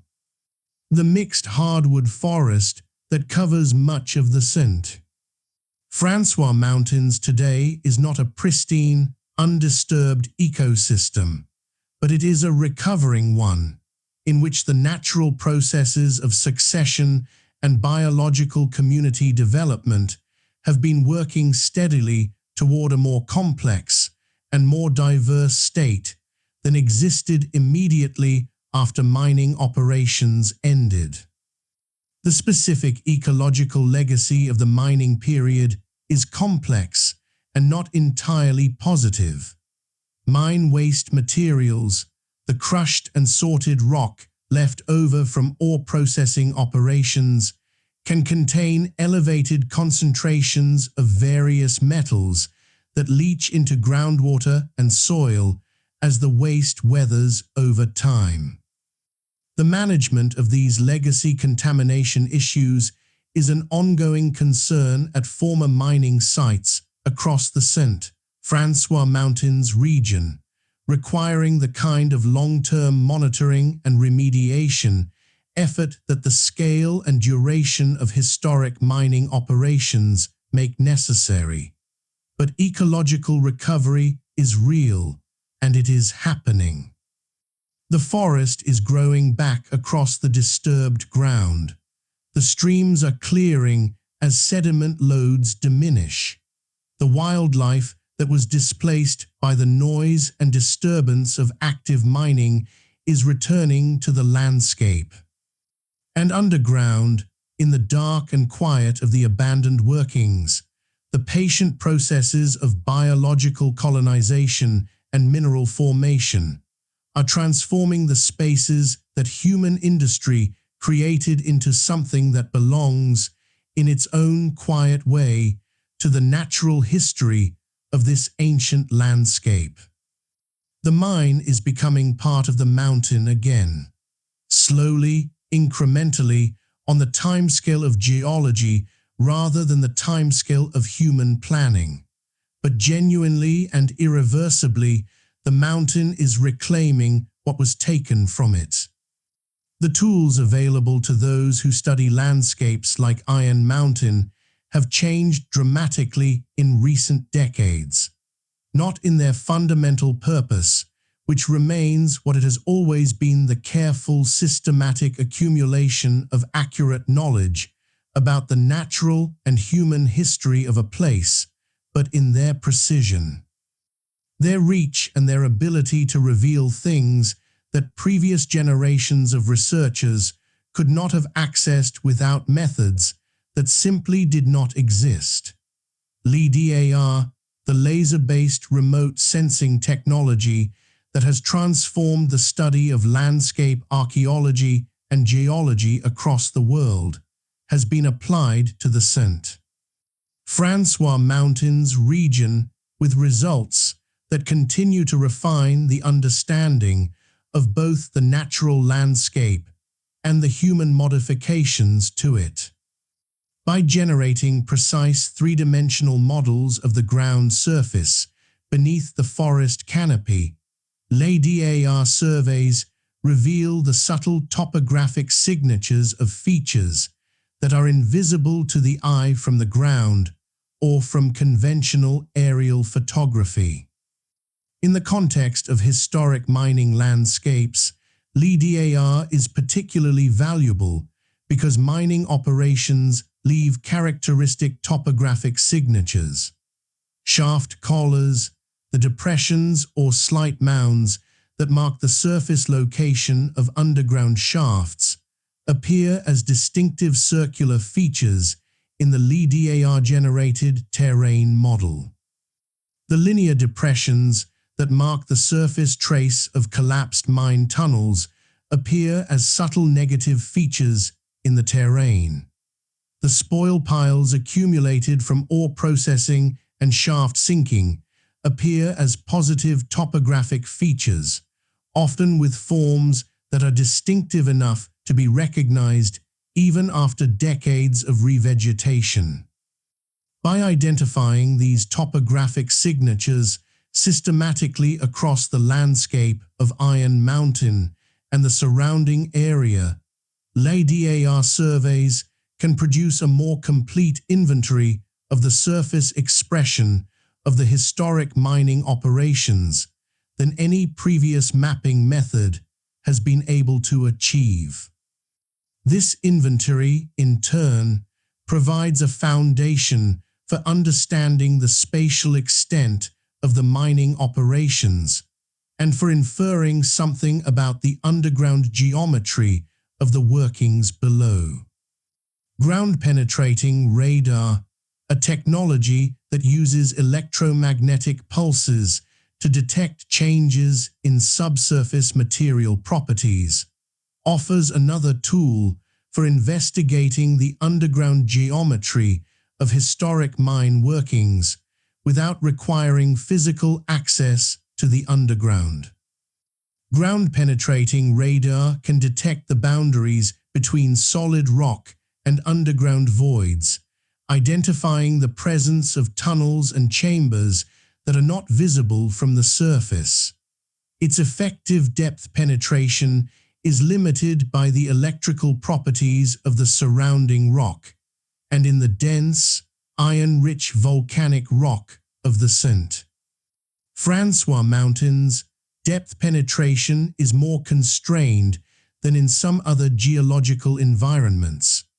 But for shallow features, including collapsed mine tunnels and flooded chambers in the upper levels of the workings, ground-penetrating radar can provide valuable subsurface information. The application of these geophysical methods to historic mining landscapes is an example of a broader approach that has been termed mining archaeology, the systematic application of archaeological principles and methods to the investigation of historic mining sites and their associated landscapes.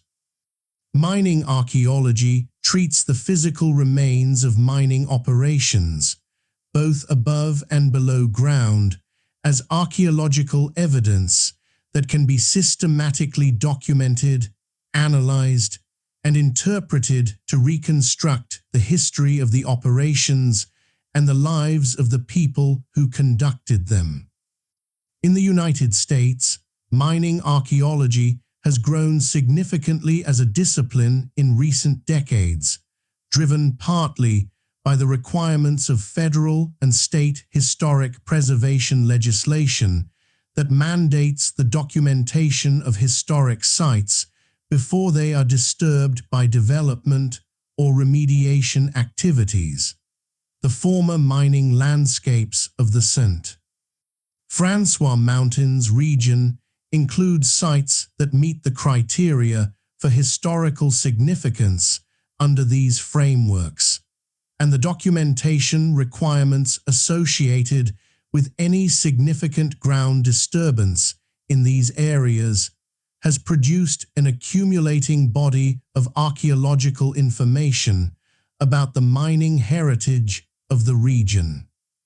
The Missouri Department of Natural Resources, through its State Historic Preservation Office, maintains records of documented historic sites across the state, including sites associated with the iron mining history of the St. Francois Mountains region.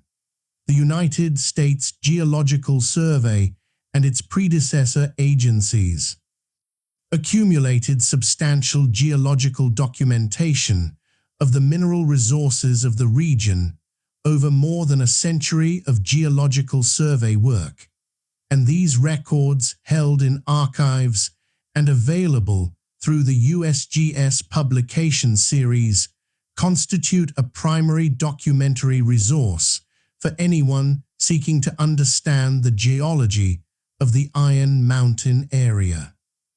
The environmental restoration work being conducted at former mining sites in the St. Francois Mountains region addresses the physical legacy of mining operations in ways that are scientifically informed and practically significant. Remediation of mine waste sites, management of acid mine drainage, and the revegetation of disturbed ground are all areas where active work is underway, drawing on the expertise of environmental engineers, ecologists, and geologists working in collaboration with state and federal agencies and with local communities. The measurement of environmental recovery at these sites, tracking changes in water quality, soil chemistry, vegetation, cover, and wildlife populations over time, generates data that is both practically valuable for managing the restoration effort and scientifically interesting as a record of how complex ecosystems respond to the removal of anthropogenic disturbance and the gradual improvement of environmental conditions. Long-term monitoring programs at former mine sites provide data series that extend over decades, allowing researchers to track recovery trajectories and to identify factors that accelerate or impede the restoration of ecological function. The history of Iron Mountain and the St. Francois Mountains mining region is also being preserved and interpreted through heritage programs that recognize the cultural significance of the mining period as part of the regional history of southeastern Missouri. The communities that grew up around the mines, the families whose members worked in the underground for generations, and the material culture of the mining period, the tools and machinery and built structures that survive in various states of preservation are all part of a heritage that deserves thoughtful documentation and interpretation. Local historical societies and regional museums in the St. Francois Mountains area maintain collections and records related to the mining history of the region, preserving photographs, documents, and artifacts that give human dimension to the industrial history of Iron Mountain. These collections are primary sources for understanding the social history of the mining communities, the experiences of the workers, the organization of the operations, and the relationship between the mine and the broader community of southeastern Missouri. The geological surveys that continue to be conducted in the St. Francois Mountains region are not simply exercises in academic curiosity. They contribute to the understanding of mineral resources that remain economically and strategically significant, to the management of groundwater resources in a region whose aquifer systems are affected by the legacy of historic mining, and to the broader scientific understanding of Precambrian geology in the North American interior. Researchers at Missouri universities, including those with expertise in economic geology, environmental geology, and the geological history of the St. Francois Mountains, continue to publish work that advances the understanding of the mineral resources and geological history of the region. Their research draws on both classical geological field methods and the increasingly powerful suite of remote sensing and geochemical analytical tools that modern geology has available. What all of this work, the LADAR surveys and the ground-penetrating radar studies and the mining archaeology investigations and the environmental restoration monitoring and the geological surveys collectively reveals is a landscape of extraordinary richness and complexity. A landscape whose natural history extends back over 1 billion years to the volcanic events that created its foundational rock, whose human history encompasses thousands of years of indigenous presence, followed by the dramatic transformation of industrial mining, and whose present condition reflects both the ongoing processes of ecological recovery and the active scientific and heritage work of communities that understand its significance. The mountain is being read carefully, methodically, with respect for the complexity of what it contains and the limitations of what any single method or any single generation of researchers can fully understand. And with each new survey, each new dataset, each new study added to the accumulating record, the picture becomes a little more complete, a little more nuanced, a little more adequate to the reality of this extraordinary place. There is a quality to genuine scientific uncertainty that is different from simple ignorance. Ignorance is the absence of relevant knowledge, the state of not yet having encountered the information that would allow an informed judgment. Scientific uncertainty is more specific than that. It is the condition of having gathered substantial relevant knowledge, of understanding a subject well enough to map its contours and identify its major features, and yet remaining aware that significant questions remain unanswered. That the available evidence does not yet support all of the conclusions that a complete understanding would allow. The underground world of Iron Mountain and the St. Francois Mountains sits in the territory of genuine scientific uncertainty of this kind. It is not unknown in any simple sense. Substantial geological documentation, historical mining records, geophysical survey data, and the accumulated expertise of generations of geologists and mining engineers have produced a real and substantive body of knowledge about what lies beneath the ancient volcanic hills. But that body of knowledge is incomplete in ways that are specific and acknowledged, and those specific incompletions are where the genuine mystery of this landscape resides. The question of lost mine maps is one of the most practically significant of these incompletions. The three-dimensional geometry of the underground workings at Iron Mountain, as they existed at the peak of their development in the 19th century, was documented to varying degrees in the mine maps and survey records of the operating companies.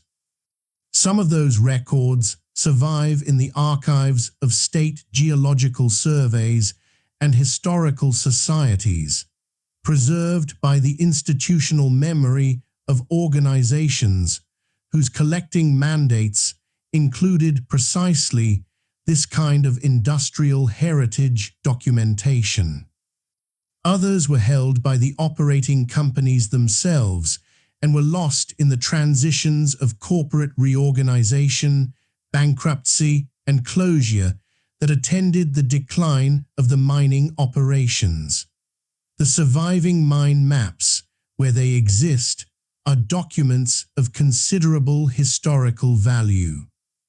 They show the locations of shafts and the directions of major tunnels, the levels at which different sections of the underground workings operated, and in some cases, the positions of ore bodies and the methods used to extract them.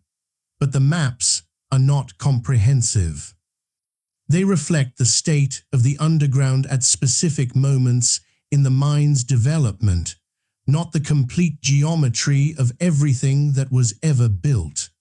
Tunnels that were driven and then abandoned without productive ore discovery may not appear on maps focused on active workings. The precise geometry of worked-out stopes, the volumes of rock from which ore was extracted, was often not mapped in the detail that would allow precise reconstruction. The question of unrecorded tunnels, passages driven in the course of prospecting or development work that were never formally mapped or that were mapped on documents that have since been lost, is related but distinct. In a large underground mine operating over several decades, with changing ownership and management, the institutional record-keeping of the underground was not always continuous or comprehensive. Sections of the underground that were worked in early periods of the mine's operation, and then abandoned as attention shifted to more productive areas, may have fallen out of the active record long before the mine closed, leaving no documentation of their existence or extent in the surviving archive. The geological uncertainty about the distribution of iron ore in the ancient volcanic rock of the Francois Mountains adds another dimension to the incomplete picture of what lies below. The ore bodies at Iron Mountain occurred in irregular masses and veins distributed through the fractured volcanic terrain in patterns controlled by the geometry of the ancient hydrothermal system that concentrated the iron.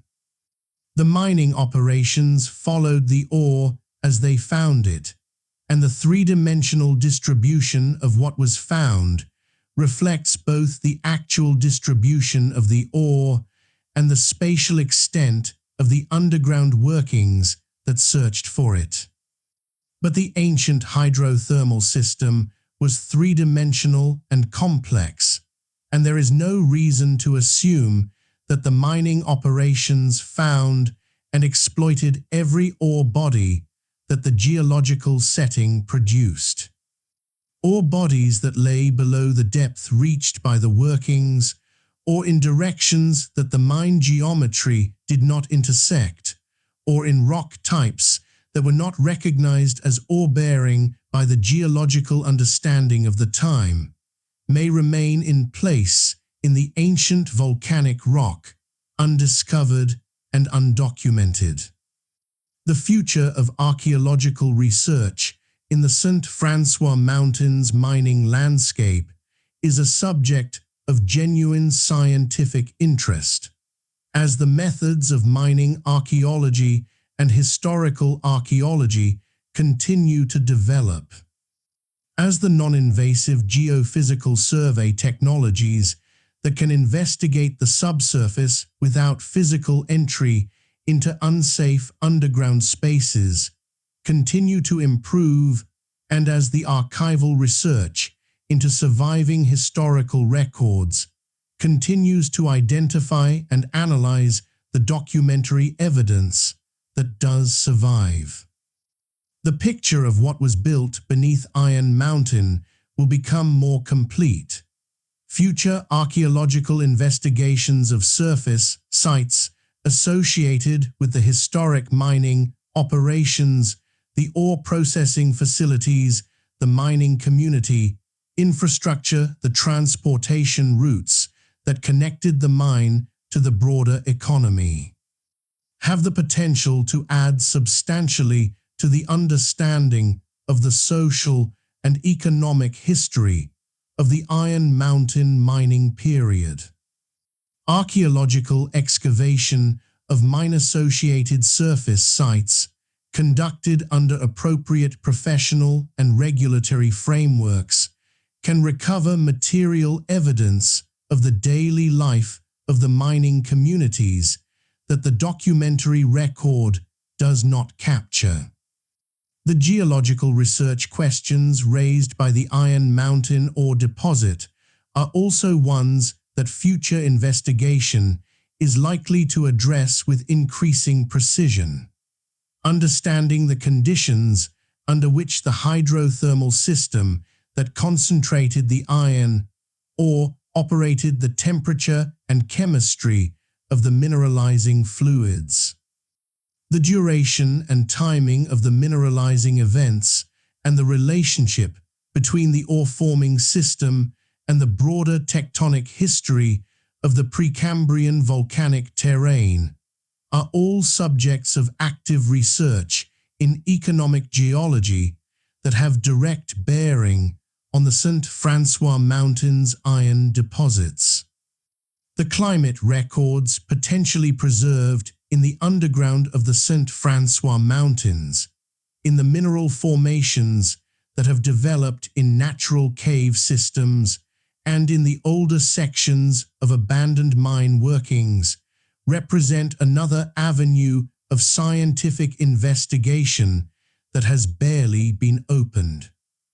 Cave formations in volcanic terrain can preserve records of past groundwater chemistry and past climate conditions in their mineral structure, and the investigation of such records in the St. Francois Mountains has not been pursued with the systematic intensity that similar investigations in carbonate cave environments have received.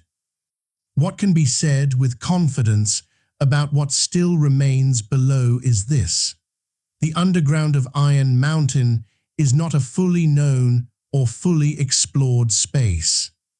Significant portions of the historic mine workings are inaccessible because of flooding, collapse, and the safety concerns that appropriately govern any entry into deteriorated underground structures.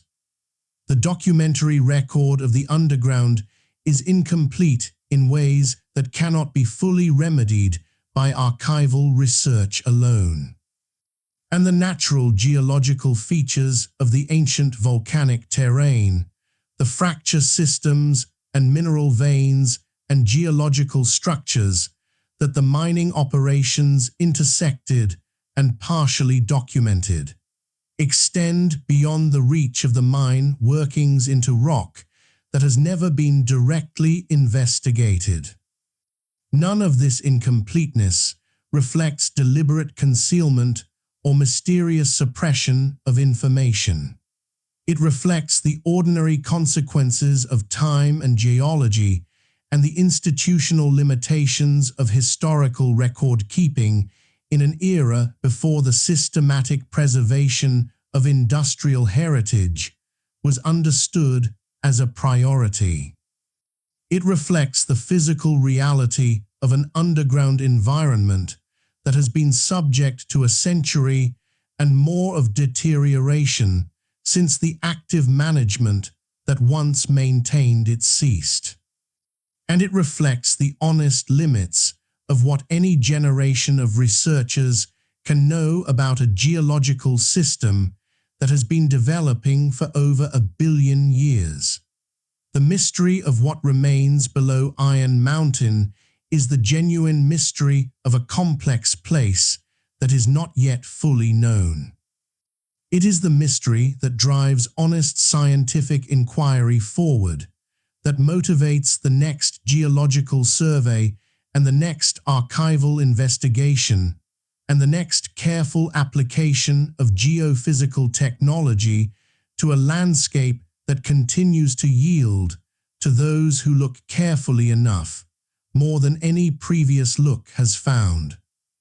It is not a mystery that requires secret civilizations or suppressed discoveries to be interesting.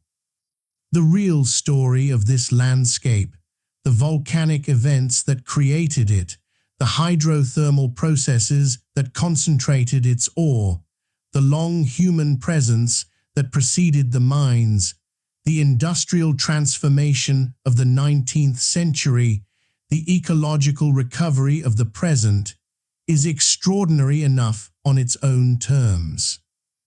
And the wind across the volcanic hills carries that story forward, quietly, patiently, to anyone willing to listen. The sun is setting over the St. Francois Mountains. It goes slowly here, in the particular way that sunsets go slowly in landscapes of open sky and gentle topography. The light does not vanish all at once behind a sharp horizon, but thins and cools gradually, moving through the spectrum of late afternoon in unhurried stages. Gold gives way to amber. Amber deepens toward the warm orange of the last direct light. And then that too begins to fade, leaving behind the cool, clear blue of the upper sky that persists long after the sun itself has gone below the western ridgeline. The ancient volcanic hills catch this light differently from younger, sharper terrain, the rounded surfaces of the St. Francois Mountains, worn smooth by hundreds of millions of years of erosion, reflect the evening light in broad, gentle gradients rather than the sharp shadow lines of angular terrain. The red rhyolite outcrops, which held the morning light so warmly at the beginning of this journey, now take on cooler tones, the evening light drawing out the blue-grey undertones of the volcanic rock that the harsher light of midday obscured. Iron Mountain stands in this evening light as it has stood through every evening since the ancient volcanic events that created it, patient, old, unchanged in any meaningful geological sense by the relatively brief period of intense human activity that has left its marks on the surface and in the rock below. The mine headframes that once rose above the hillside are gone. The steam-powered machinery that once shook the ground with its mechanical rhythm has long since fallen silent. The communities that grew up around the mine have changed beyond recognition, some of their buildings gone entirely and others standing in various states of quiet preservation. But the mountain itself remains. And in its remaining, it holds everything that this journey has traced. It holds the fire, the ancient volcanic events that poured rhyolite across the surface of a world that no longer exists and drove granite upward through the crust in slow, enormous intrusions that cooled over millions of years into the pale, coarse-grained rock of the hillside outcrops. That fire is not visible now, not in any direct sense. But it is present in every crystal of the volcanic rock, in every grain of quartz and feldspar that the ancient magma deposited as it cooled, in the specific mineralogy and texture of the stone that is the direct physical product of those billion-year-old events. It holds the iron, locked in the dense dark veins of magnetite and in the red-stained surfaces of hematite-bearing rock, concentrated by the hydrothermal systems that moved through the ancient fractures of the volcanic terrain over geological time, building the ore bodies that would eventually attract the attention of miners and transform this landscape for a century. The iron is still here, in the rock that was not mined, in the veins that the underground workings never reached, in the mineral staining of every stream bed and every weathered rock face that carries the rusty signature of iron oxide to the surface. It holds the long human presence, the thousands of years of indigenous occupation and use of this landscape that preceded the European arrival. The footpaths worn across the ancient volcanic terrain by people whose names are not in any written record, but whose presence is testified to by the stone tools and the rock shelter habitations and the knowledge of the landscape that accumulated over generations of direct relationship with this place. The Osage, who knew these hills in ways that the mining engineers who came later never did, and the Quapaw, whose connection to the broader mineral landscape of the Ozark region is a living heritage maintained by a living people. The woodland and Mississippian communities, whose exchange networks carried the minerals of this volcanic terrain across hundreds of miles to communities that valued them for purposes the distant recipients would have explained in ways very different from the geological survey reports of the 19th century. It holds the labor. The men who went underground in the 19th century to follow iron ore through the dark tunnels cut through billion-year-old volcanic rock, working by candlelight and lamplight in conditions of genuine physical danger, sustained by wages and by the particular community that grows up among people who share the specific experience of underground work. Their labor transformed this mountain. It took the ancient geological endowment of iron ore and converted it into the industrial material of a growing nation. It left behind, in the rock and the record and the memory of the region, a legacy that is as much a part of Iron Mountains' story as the geological events that created it. And it holds the silence. The silence that has been settling back over Iron Mountain since the last major mining operations wound down. The quiet return of the landscape to something approaching the deep stillness that characterized it before the industrial period.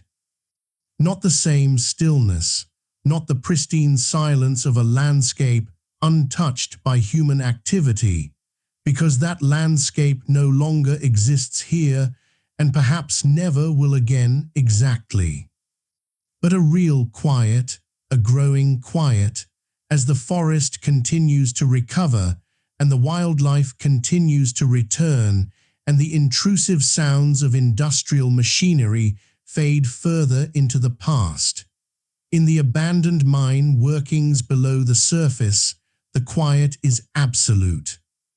The dripping of groundwater through fractures in the ancient rock, slow and irregular and completely indifferent to the passage of time or the significance of what surrounds it, is the only sound in the permanent dark of the flooded lower levels.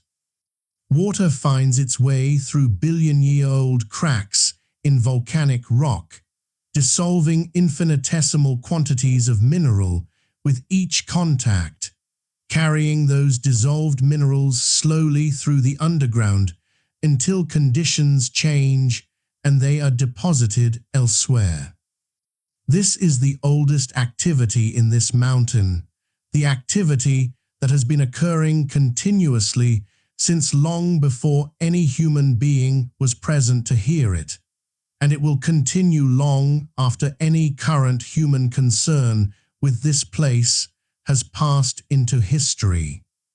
The bats that winter in the deeper sections of the abandoned workings are settling into their hibernation, now hanging in the cool darkness of the mine, tunnels their metabolic rates slowed to a fraction of their summer levels.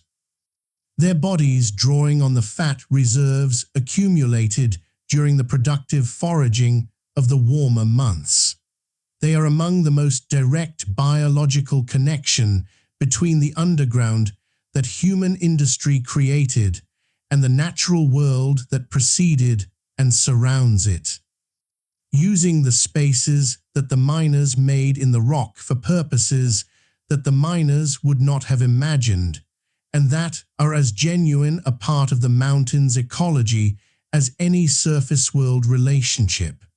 The microbial communities in the mine water, the iron-oxidizing bacteria, and the other specialized microorganisms that have colonized the chemical environment of the flooded workings continue their slow, patient metabolic activity in the dark, processing the iron-rich water of the mine as they have been doing since the flooding created conditions that their evolutionary ancestors, shaped by billions of years of life in extreme environments, had prepared them to exploit. The ancient rhyolite of the mine walls, where the rock is exposed in accessible sections of the workings, holds in its texture and mineralogy the direct physical record of volcanic events more than 1 billion years old.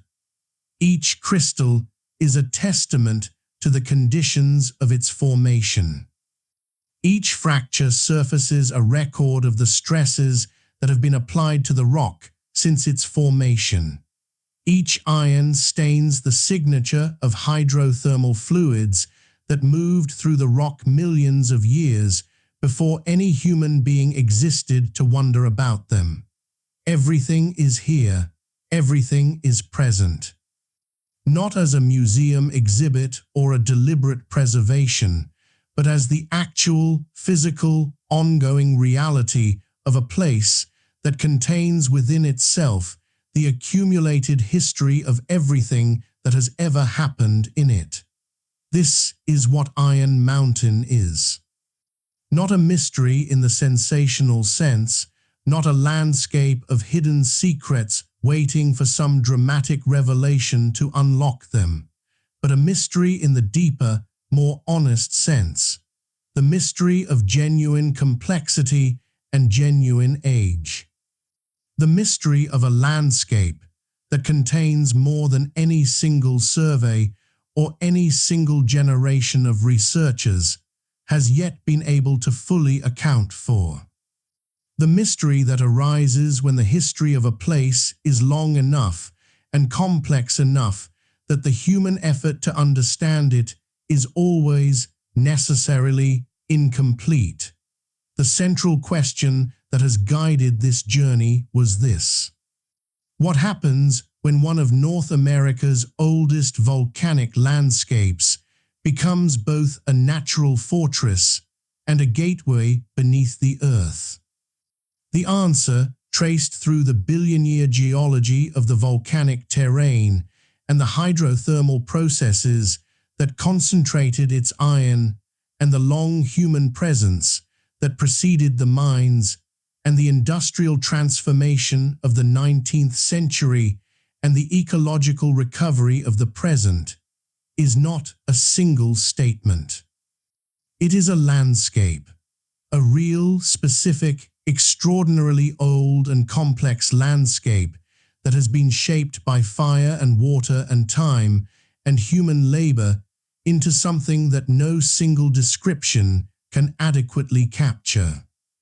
It is a place where the volcanic events of a world more than 1 billion years old are still visible in the rock, where the iron concentrated by ancient hydrothermal processes still colors the streams and stains the outcrops, where the knowledge of thousands of years of indigenous presence is preserved in the oral traditions of living communities and in the physical evidence of the archaeological record, where the labor of 19th-century miners is recorded in the abandoned workings that the mountain is slowly reclaiming, where bats hibernate in the dark tunnels and bacteria process iron-rich water, and the forest grows back across the disturbed ground of the old ore yards.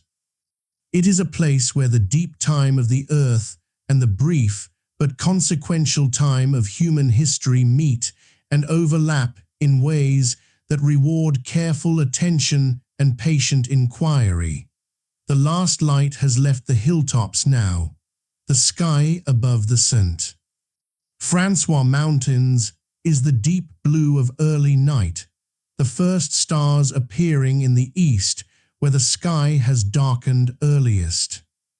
The wind that has been moving through the dried grass and the oak leaves all afternoon has quieted to something barely perceptible, a slight movement of the air across the hillside that carries the last warmth of the day upward into the cooling night.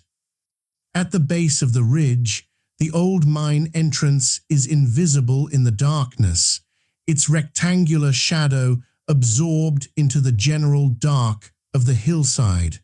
No light comes from within. No sound emerges from the old tunnel beyond the barely audible dripping of water somewhere in the depths, a sound so quiet that it can only be heard if you are standing very close and the night around you is very still. The mountain is quiet. Ancient fire has become stone, stone has become iron, iron has become history, history has become memory. And memory, in the places where it persists most strongly, becomes the landscape itself, encoded in the rock and the water and the dark of the underground, waiting patiently for whoever comes next with the curiosity and the care to read what is written there. The wind moves gently across the volcanic hills, Darkness settles over the abandoned mine entrances, one by one, as the last light of the evening fades from the ancient rhyolite and the forest closes quietly around the old workings, and the mountain returns to the deep, patient silence that has always been its most fundamental character. Iron Mountain rests, as it has always rested, as it will rest long after this evening and every evening that follows it have passed into the same immense geological time from which it first emerged, 1 billion years ago from fire. This has been the Iron Mountain mystery, investigating the forgotten subterranean structures of Missouri's volcanic peaks, a History Sleepy Time documentary. Thank you for traveling with us tonight, from the volcanic events of the ancient past to the quiet evening settling over these old hills. Wherever in the world you are watching from, we hope this journey has left you with something to carry forward, a sense of the extraordinary age of the landscapes we live among, of the layers of human history embedded in even the most quiet and unremarkable seeming places, of the patient, ongoing work of science and stewardship that is slowly, carefully building a more complete understanding of what the earth holds. If you found rest here tonight, please consider subscribing to History Sleepy Time so that more journeys like this one can find their way to you. And if you feel moved, leave a comment and tell us where you are watching from. We would love to know. Sleep well. The mountain is quiet tonight, and it is not going anywhere.